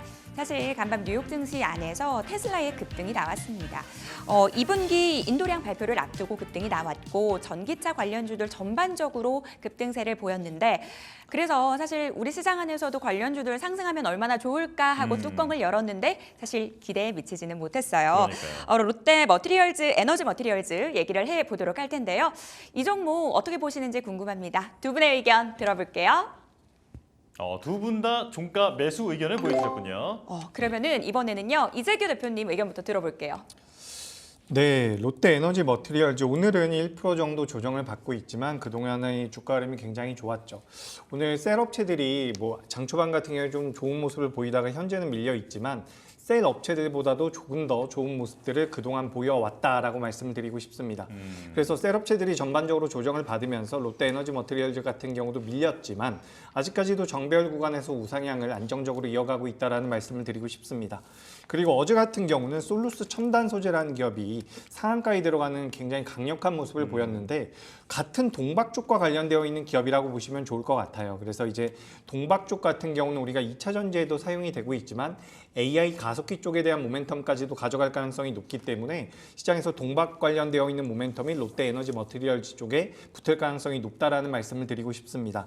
오늘 우리 시장이 전반적으로 코스피도 많이 하락을 하고요. 코스닥 같은 경우도 외국인들의 선물 매도가 많이 나오면서 밀리고 있는데 네. 이런 과정에서 2차 전지 관련되어 있는 종목군들 일부는 저점대가 나올 가능성이 높다라고 생각을 하고 있습니다. 그래서 우리가 2분기 실적 발표 이후에는 전반적으로 저점이 나올 가능성이 높다라고 보는데 2분기 실적 발표 이전에도 롯데에너지 머티리얼즈처럼 안정적으로 우상향을 만들어가고 있는 기업들 같은 경우는 상대적으로 먼저 주가가 상승할 가능성이 높다라고 보고 있기 때문에 전 롯데에너지 머티리얼즈 같은 경우는 좋은 주가 흐름이 나올 가능성이 높다라는 말씀을 드리고 이 동박 쪽 같은 경우는 실리콘 음극재 쪽에도 들어가면서 수혜를 받을 가능성이 굉장히 높습니다. 최근 우리나라 시장에서 가장 좋은 2차 전지 쪽에서 가장 좋은 모습을 보였었던 기업이 네. 대주전자재료라는 기업이죠. 지금 화면에 띄워놨는데 굉장히 탄력적인 모습 보이면서 실리콘 음극재 쪽에 대한 모멘텀을 가져갔었고 그와 관련되어 있는 종목 중에서 시장에서는 나노 신소재라든지 제이오 쪽에 대한 관심도가 높았지만 실제로 이 동박과 관련되어 있는 종목군들 같은 경우도 수혜를 받을 가능성이 높다라는 말씀을 드립니다. 그리고 LFP라든지 ESS, 에너지 저장 장치 쪽에 대한 모멘텀까지도 받아갈 수 있는 기업이기 때문에 네. 롯데에너지 머티리얼즈 같은 경우는 긍정적인 의견, 종가 매수 가능하다라는 의견 드리도록 하겠습니다. 오히려 이렇게 시장이 밀릴 때 좋은 기업을 싸게 살 수 있는 기회로 활용해 볼 수 있겠다라는 부분 말씀을 해주셨어요. 자, 그러면 본부장님은 왜 O 주셨는지 궁금해요. 일단 이제 롯데에너지 머티리얼즈 같은 경우는 사실 뭐 지금 전기차 시장은 계속해서 좀 둔화가 되고 있는 상황이죠. 그럼에도 일단은 지금 전방 고객사들, 주요 고객사들 대상으로 수주 물량이 지금 선제적으로 좀 확보가 되어 있다라는 부분들, 그리고 지금 북미 고객사 중심으로도 지금 수요가 계속 좀 증가하는 부분들이 일단 롯데에너지 머티리얼즈의 좀 외형 성장폭도 충분하게 나와줄 가능성이 높다고 보고 있고요. 또 올해는 일단 지금 말레이시아의 5공장, 6공장이 지금 가동을 본격화를 합니다. 좀 그런 부분들이 일단 성장성이 조금 더 프리미엄이 부여가 될 가능성이 좀 높다고 보고 있는 상황이고, 특히 지금 468 원통형 배터리 쪽에 있어가지고 이미 좀 승인을 받은 상황이거든요, 북미 쪽에서. 그렇기 때문에 아마 올해 하반기부터가 본격적인 468 원통형 배터리 쪽에 좀 매출이 나올 가능성이 굉장히 좀 크다라는 관점으로 볼 때는 여전히 시장은 2차 전지 쪽에서 움직인다 하게 되면 뭐 전고체, 뭐 CNT 도전체 쪽이나 아니면 지금 이런 쪽으로 좀 많은 수급들이 몰리고 있는 상황이다 보니까 좀 배터리 셀 업체들 역시도 지금 이제 LFP 배터리 쪽에 대한 좀 양산을 계속해서 늘려 나가고 있는 상황이죠. 그럼 결국 이제 롯데 에너지 머티리얼즈 같은 입장에서는 동박 쪽, 결국 이제 LFP 배터리 쪽에서도 필수적인 부품 요소 중에 하나이다 보니까 실제적인 좀 실적 성장과 또 외형 성장, 좀 두 마리 토끼를 전부 다 잡을 수 있다고 하게 되면 좀 롯데 에너지 머티리얼즈가 되지 않을까라는 관점이고요. 네. 특히 지금 이제 기관 같은 경우도 5일째 순 매수세를 계속 좀 보여주고 있는 상황입니다. 그만큼 지금 기관들이 계속해서 현 구간에서 좀 꾸준하게 매수세가 좀 들어와 준다라는 부분들이 있어서도 좀 긍정적으로 바라볼 수가 있고, 여전히 좀 중장기평 내에서 주가가 좀 움직이는 폭을 보여주고 있기 때문에 뭐 시세도 지금 뭐 많이 나왔다고 보실 이유가 없다라고 저는 좀 생각을 해요. 지금 추세도 굉장히 좀 많이 중장기적으로 하락 기조에 있었던 추세가 지금 바뀌면서 손바뀜 현상이 좀 나타나고 있는 상황이다 보니까 저는 신규 투자자분들 입장에서도 충분히 매수로 좀 볼 수 있을 만한 그런 매력적인 구간이지 않을까라고 보고 있는 상황입니다. 네, 저 본부장님 저 추가로 좀 여쭤보고 싶은 게 있는데 조금 전에 이재규 대표님께서는 2차 전지 저점 뭐 다 왔다 이제 이렇게 말씀을 하셨거든요. 동의하십니까?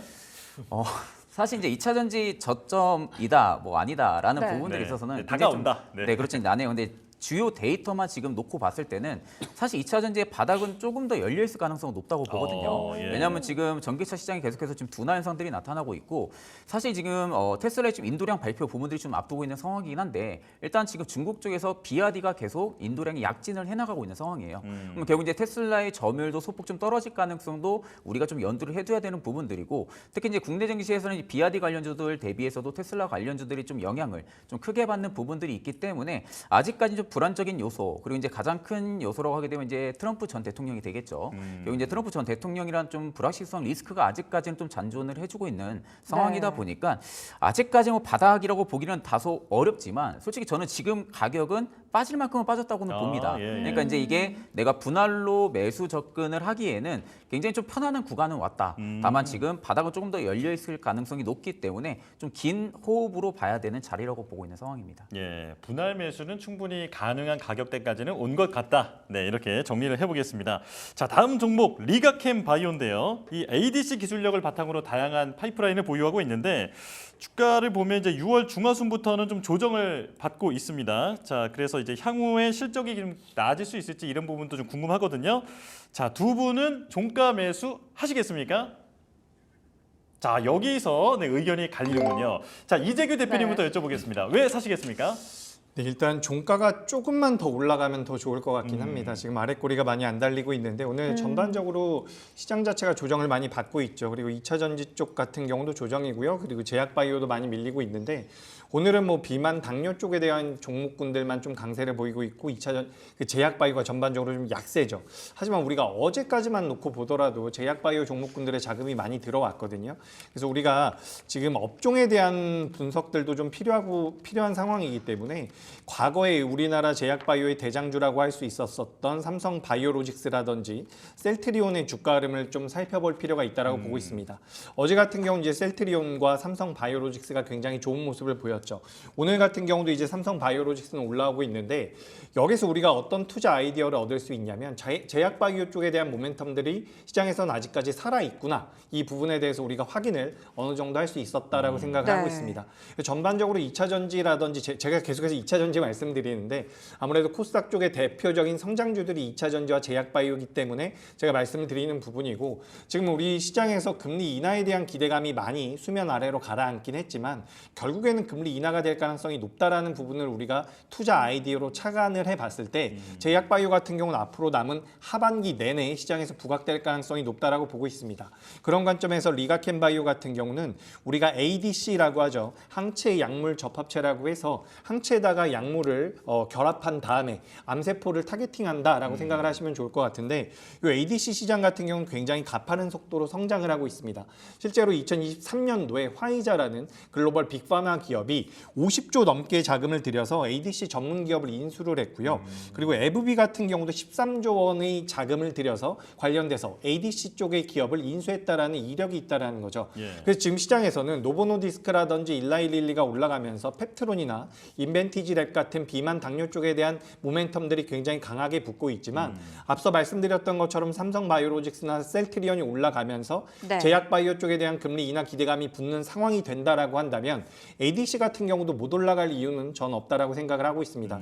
그래서 우리나라에서 관련되어 있는 기업 중에서는 리가캠바이오가 가장 앞서 나가고 있다라고 판단이 되기 때문에 리가캠바이오 같은 경우는 오늘 조정을 어떻게 보면 기회로 삼아서 종가 매수 공략이 가능하다라는 말씀을 드리고 리가캠바이오 같은 경우는 ADC 기술을 이용해서 치료제 신약 쪽에 대한 모멘텀도 가져가고 있지만 이 ADC를 가지고 진행할 수 있는 플랫폼 기술을 가지고 있다라고 보시면 좋을 것 같습니다.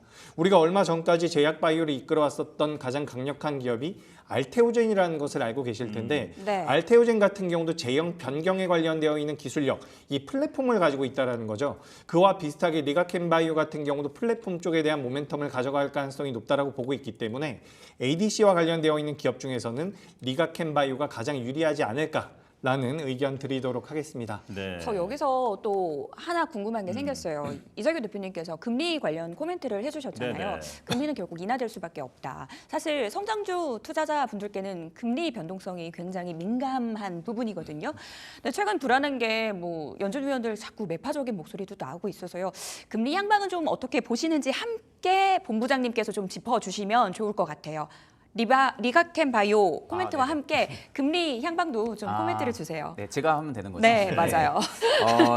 일단 이제 제가 리가캠바이오를 좀 X를 네. 들었던 이유는 네. 아직 좀 나올 차이 물량이 좀 있다고 생각을 해요. 그러니까 이제 결국엔 리가캠바이오의 좀 펀더멘탈이나 모멘텀 부분들이 전혀 뭐 이상해서 제가 X를 들었던 부분들은 아니고 예. 아직은 좀 타점을 잡기가 좀 난해한 구간이다라는 점에서 좀 X를 들었던 부분들 좀 오해가 없으셨으면 좋겠고요. 일단 네. 이제 ADC 기술력 바탕으로 다양한 파이프라인을 또 가지고 있는 기업이기 기업이기도 합니다. 결국 이제 ADC 기술력 쪽에 있어서는 앞으로 추후에도 실적 성장이나 외형 성장은 좀 가속화가 될 가능성이 굉장히 좀 높다고 보고 있는 상황이에요.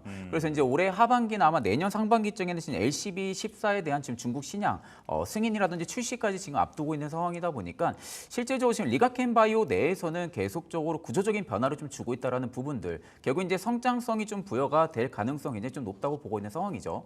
다만 이제 바이오 쪽에 지금 전반적인 투심 사이클이 좀 살아나고 있는데도 불구하고 일단 비만 치료제가 최근 시장에서 굉장히 좀 강한 상황이다 보니까 그 수급적인 면모를 좀 못 받고 나서 프로그램 매도세가 지금 3일 동안 계속 나와주고 있는 상황이거든요. 일단 이제 프로그램 매도세가 만약에 오늘 좀 매수세로 전환이 됐었다면은 저도 일단 종가 매수를 좀 5를 들었을 텐데 일단 네. 오늘 매도세가 이틀 매도세보다 더 많이 나오고 있습니다. 그렇기 때문에 일단 지금은 고가라는 인식이 좀 강하게 들어와 주는 것 같아요. 그만큼 지금 시점에서는 좀 매수를 하기는 좀 부담이 되는 구간이고 저는 오히려 한 6만 한 후반 중반대까지 다시 리가켄바이오가 내려온다 하게 되면은 네. 거기서 좀 매수를 해야 된다라고 생각을 하고 있습니다. 그리고 이제 특히 금리 인하에 대한 부분들, 사실 뭐 오늘 시장이 밀리는 부분들도 네. 트럼프 전 대통령에 대한 영향이 굉장히 좀 크다고 보고 있어요. 예. 그 이제 국채 지금 10년물 이상의 장기채가 계속해서 급등 현상이 나와주고 있는 상황이다 보니까 실질적으로 이제 지금 계속해서 매물이 출회가 되는 부분들이죠. 다만 이제 이게 우리가 정확하게 알고 넘어가야 되는 부분들은 트럼프 전 대통령이 만약에 당선이 된다고 할 경우에 금리 인하를 못할 가능성이 있다라는 지금 이슈들이 굉장히 좀 나오고 있는 상황이거든요. 네. 근데 이제 결국에는 금리 인하, 이제 연준 파월이 좀 이야기했던 부분들은 결국엔 데이터 기반으로 금리 인하를 하는 시점을 잡는 겁니다. 그럼 결국 지금 데이터를 우리가 따져봤을 때는 PC도 마찬가지고 지금 예상치를 계속해서 부합을 한다든지 하회를 하고 있는 상황이잖아요. 그러니까 지금 경제에 있어서는 계속해서 조금씩 좋아지고 있는 부분들은 데이터로 지금 나와주고 있는 상황이다 보니까 사실 뭐 트럼프 전 대통령 때문에 장기채가 지금 급등이 나와서 금리 인하를 못할 가능성이 높다. 이건 네. 그냥 단지 저는 우려감이라고 좀 생각을 하고 있는 상황이고 네. 지금 외국인들 같은 경우가 채권 투자보다 올해 주식 투자를 굉장히 많이 했다고 합니다. 예. 특히 이제 국내 주식 쪽에 외국인들이 채권 비중보다 지금 주식 비중이 굉장히 높다고 하거든요. 그러면 결국 지금 AI가 굉장히 지금 트렌드가 많이 잡혀 있다라는 부분들이죠. 그만큼 좀 시장이 성장을 할 수 있는 키포인트인 부분들은 아직까지 요소가 바뀌지가 않았기 때문에 저는 실질적으로 금리 인하, 뭐 금리 인상에 대한 부분들이 시장이 영향을 받을 부분들은 다소 좀 제한적일 가능성이 좀 높고 저는 오히려 지금 시점에서는 성장할 수 있는 산업군은 계속 네. 저는 투자 관점을 좀 유지하는 게 맞다고 보고 있는 상황입니다. 저희 둘이 궁금한 게 워낙 많다 보니까요. 지금 시간이 그러니까요. 너무 빨리 흘러가지고 좀 네네네. 빠르게 진행을 해보도록 하겠습니다. 네, 맞습니다. 해운주 얘기해볼게요. 해운 업황 좋다는 얘기 워낙 이 시간 통해서 반복적으로 얘기를 해서 우리 시청자분들이 워낙 더 잘 알고 계실 것 같습니다. 흥하 해운 오늘 장 초반에는 상승하다가 현재 뭐 하락세로 반전이 됐는데요. 하락을 좀 싸게 살 수 있는 기회로 활용해도 될지 궁금해집니다. 두 분의 의견 들어볼게요. 이번에는 일치했습니다. 본부장님 의견 들어볼래요. 네. 일단 찝어서 말씀드렸어요. 네네. 네. 일단 뭐 흥하해운 같은 경우 사실 뭐 지금 해운주들이 강하게 또 투심이 자극되는 부분들은 해상운임 지수가 계속 좀 신고가 랠리를 계속해서 좀 유지해주고 있기 때문에 그 수급 사이클이 좀 일단 유지가 되고 있다라는 관점을 좀 알고 계시면 되시고요. 지금 계속해서 스웨즈 운하의 좀 통행 차질로 인해 가지고 해상운임은 계속 좀 상승이 나와주고 있는 상황입니다. 사실 지금 지수 상승 대비 선사들의 지금 실적이나 아니면 주가의 레벨 범위만 놓고 보면은 사실 지금 지수 대비 굉장히 못 올라가고 있다고 저는 좀 생각을 하고 있거든요. 그럼에도 불구하고 지금 해상운임 지수가 계속 꺾이지가 않고 고가를 갱신하고 있다는 부분들은 선사들의 실적이 올해 상반기도 마찬가지고 하반기도 좋아질 가능성이 굉장히 높다라는 겁니다. 결국 이제 그만큼 선박에 대한 수요가 증가를 해줄 수가 있기 때문에 당연히 이제 실적 부분들은 굉장히 좋아질 수밖에 없는 그런 구조적인 입장에 지금은 위치를 해주고 있는 부분들이고요.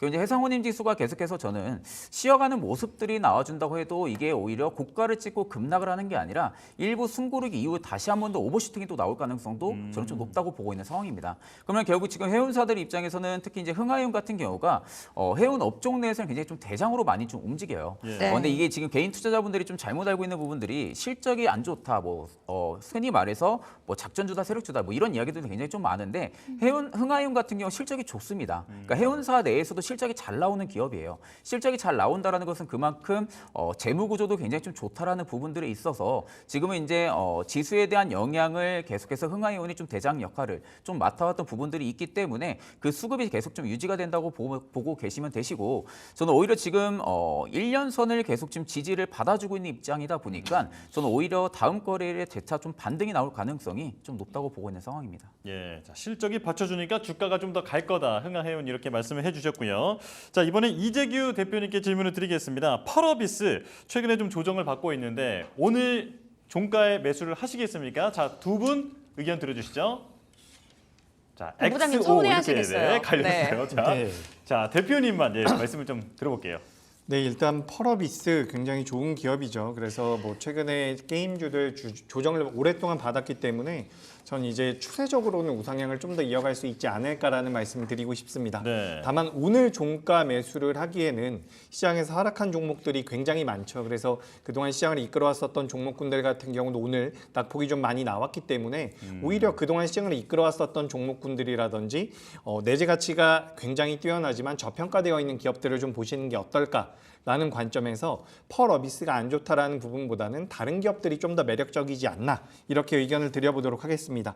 그리고 지금 이제 펄어비스 같은 경우는 신작에 대한 기대감이 있는 상황인데 네. 제가 잠깐 재물을 보여드려 보도록 하겠습니다. 지금 이제 펄어비스 같은 경우는 재물을 기준으로 따져봤을 때 시가총액이 3조 가까이 되는 기업이거든요. 네. 근데 시가총액이 3조 정도 되고 있는 기업이 매출액과 영업이익이 굉장히 적게 나오고 있는 상황이기 때문에 네. 우리가 현재 상황에선 조금은 경계할 필요가 있지 않을까. 그래서 저는 오늘 종가에는 안 산다라는 의견 드리도록 하겠습니다. 네, 알겠습니다. 짧게 요약을 잘해주셨어요. 맞아요. 가격 매력이 있는 종목 쪽으로 눈을 돌려보자라고 정리해 보도록 하겠습니다. 마감 시보 듣고 돌아올게요.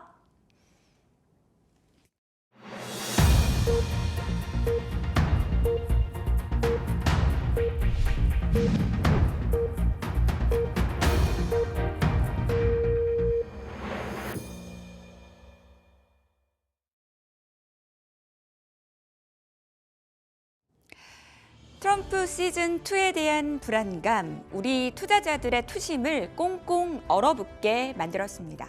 채권 시장 요동쳤고요. 특히 원달러 환율도 좀 걱정이죠. 최근 환율 상단 열린 분위기입니다.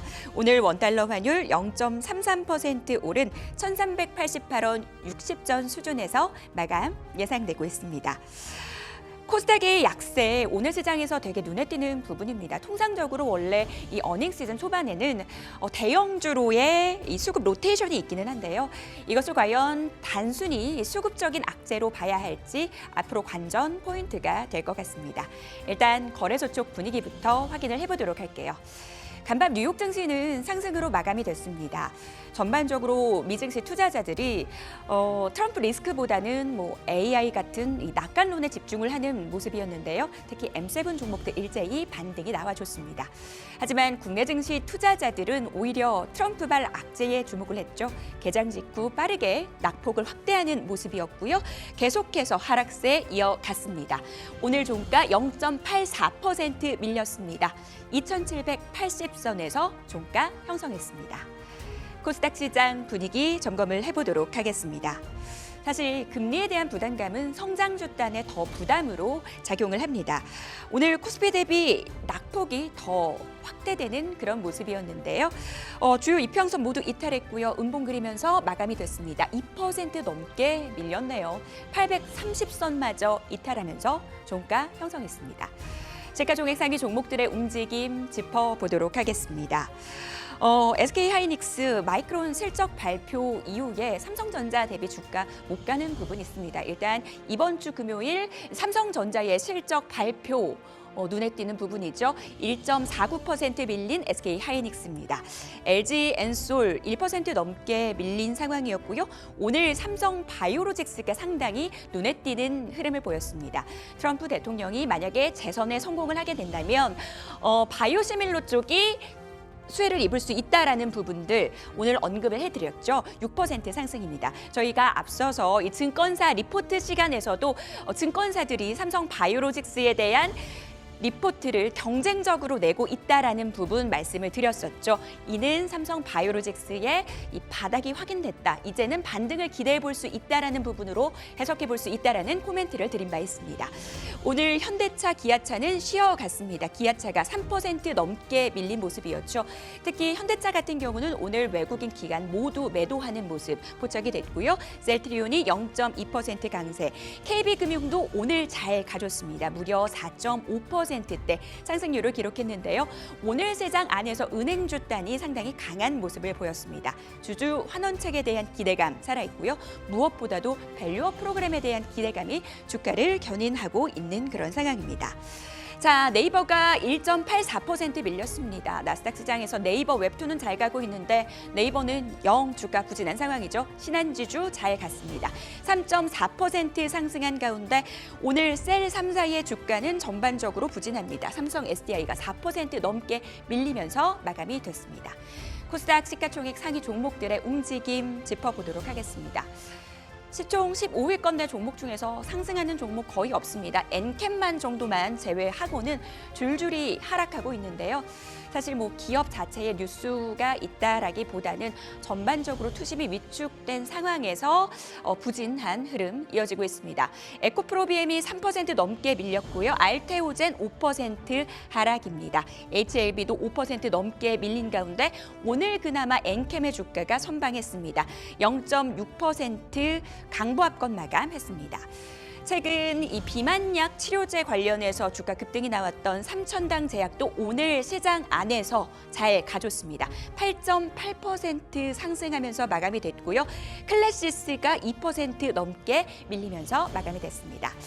네, 이렇게 해서 오늘 시장 상황 짚어봤습니다. 우리가 내일의 전략 세워봐야 될 텐데요. 시장이 줄줄 흘러서 조금 우울한 마음이 드는 오늘인 것 같습니다. 이재규 대표님, 내일 전략 좀 세워주세요. 네, 일단 오늘 선물 쪽에서 외국인들의 매도가 장 초반부터 굉장히 강하게 나왔습니다. 그래서 트럼프가 대선 토론회에서 좀 압승을 거두면서 관련되어 있는 부분들이 시장에 어느 정도 영향을 미치고 있는 것 같은데, 또 반대로 수출주들의 주가 흐름이 굉장히 안 좋았거든요. 그래서 이 부분 같은 경우는 어떻게 보면 달러 약세 쪽에 대한 방향성을 가져가고 있다고 볼 수가 있습니다. 그러니까 우리가 지금 매크로적인 변수만 놓고 봤을 때는 좀 애매해요. 아직까지는 좀 애매하다라는 말씀을 드리고 싶어서 어떻게 보면 업종별로 이슈에 따라서 변동성이 좀 나왔다라는 말씀을 드리고 싶고, 전반적으로 이제 미국의 국채 금리가 워낙 많이 올라가다 보니까 시장에서 투심이 악화되면서 1% 밀리기 2% 밀렸다. 이렇게 좀 정리를 해드리고 싶습니다. 그래서 저는 아직 오늘은 굉장히 불안정하지만 이번 주 다음 주까지 추이를 좀 본다라고 한다면 시장의 방향성이 좀 더 명확하지 않을까라고 생각을 하고요. 우리가 트럼프가 당선이 되면 시장이 굉장히 안 좋을 것이다라는 분석들도 있지만 실제로 트럼프 당선되고 증시가 나쁘지만은 않았습니다. 반사 이익을 받는 기업군들도 분명히 나올 거고요. 그렇기 때문에 우리가 너무 선제적으로 움직이기보다는 우리가 1주, 2주 정도만 좀 추이를 보면서 시장에 대한 방향성을 이해하고 거기에 따른 종목군들을 편입한다라고 한다면 저는 긍정적인 결과물들 만들어낼 수 있다라고 생각을 하고 있습니다. 그래서 오늘 조정을 받은 기업들 중에서 2분기, 3분기 쪽에 대한 실적 모멘텀이 살아있는 기업들 같은 경우는 오히려 매수의 기회가 될 수 있지 않을까라는 의견 드리도록 하겠습니다. 네, 실적 모멘텀이 살아있는 종목들에 대해서는 어떤 기회가 됐던 장이었다. 네. 앞으로도 이제 그렇게 될 것이다 이렇게 말씀해 주셨는데요.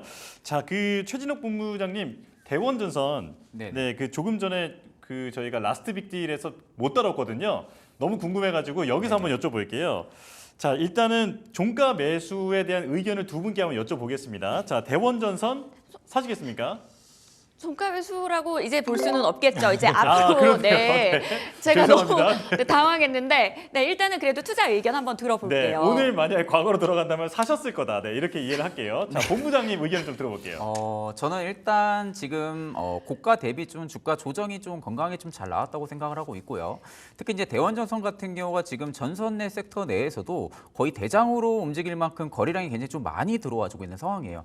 특히 이제 전선이나 전기 인프라, 즉 이 노후 기술과 인프라 부분들은 계속해서 교체 수요가 지금 맞물려 있는 상황이다 보니까 실질적으로 이제 AI 성장이 확실시가 지금 되는 시점에서 결국엔 데이터 센터에 대한 투자도 확실하게 명확해질 거고요. 또 이제 그만큼 원자력 발전소라든지 신재생 에너지에 대한 투자가 확대가 되면은 그만큼 더 막대한 전선량이 또 필요할 수밖에 없습니다. 그러니까 그런 부분들이 결국 직접적인 좀 수혜를 받을 수밖에 없는 부분들이고 특히 지금 대원전선 같은 경우가 미국 전력청에서도 지금 샘플 테스트를 보내가지고 받고 있는 상황입니다.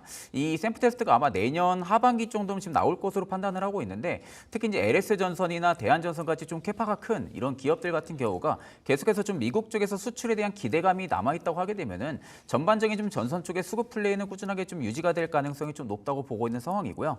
최근 이제 조정 이후에 지금 거래 대금들이 굉장히 좀 많이 안 나가고 있는 모습이에요. 다만 이제 최근 또 기준봉을 잡아주는 구간에서도 거래 대금들이 좀 굉장히 많이 들어와 준 상황이다 보니까 일단 좀 단기적인 바닥은 잡혔을 가능성이 좀 높다.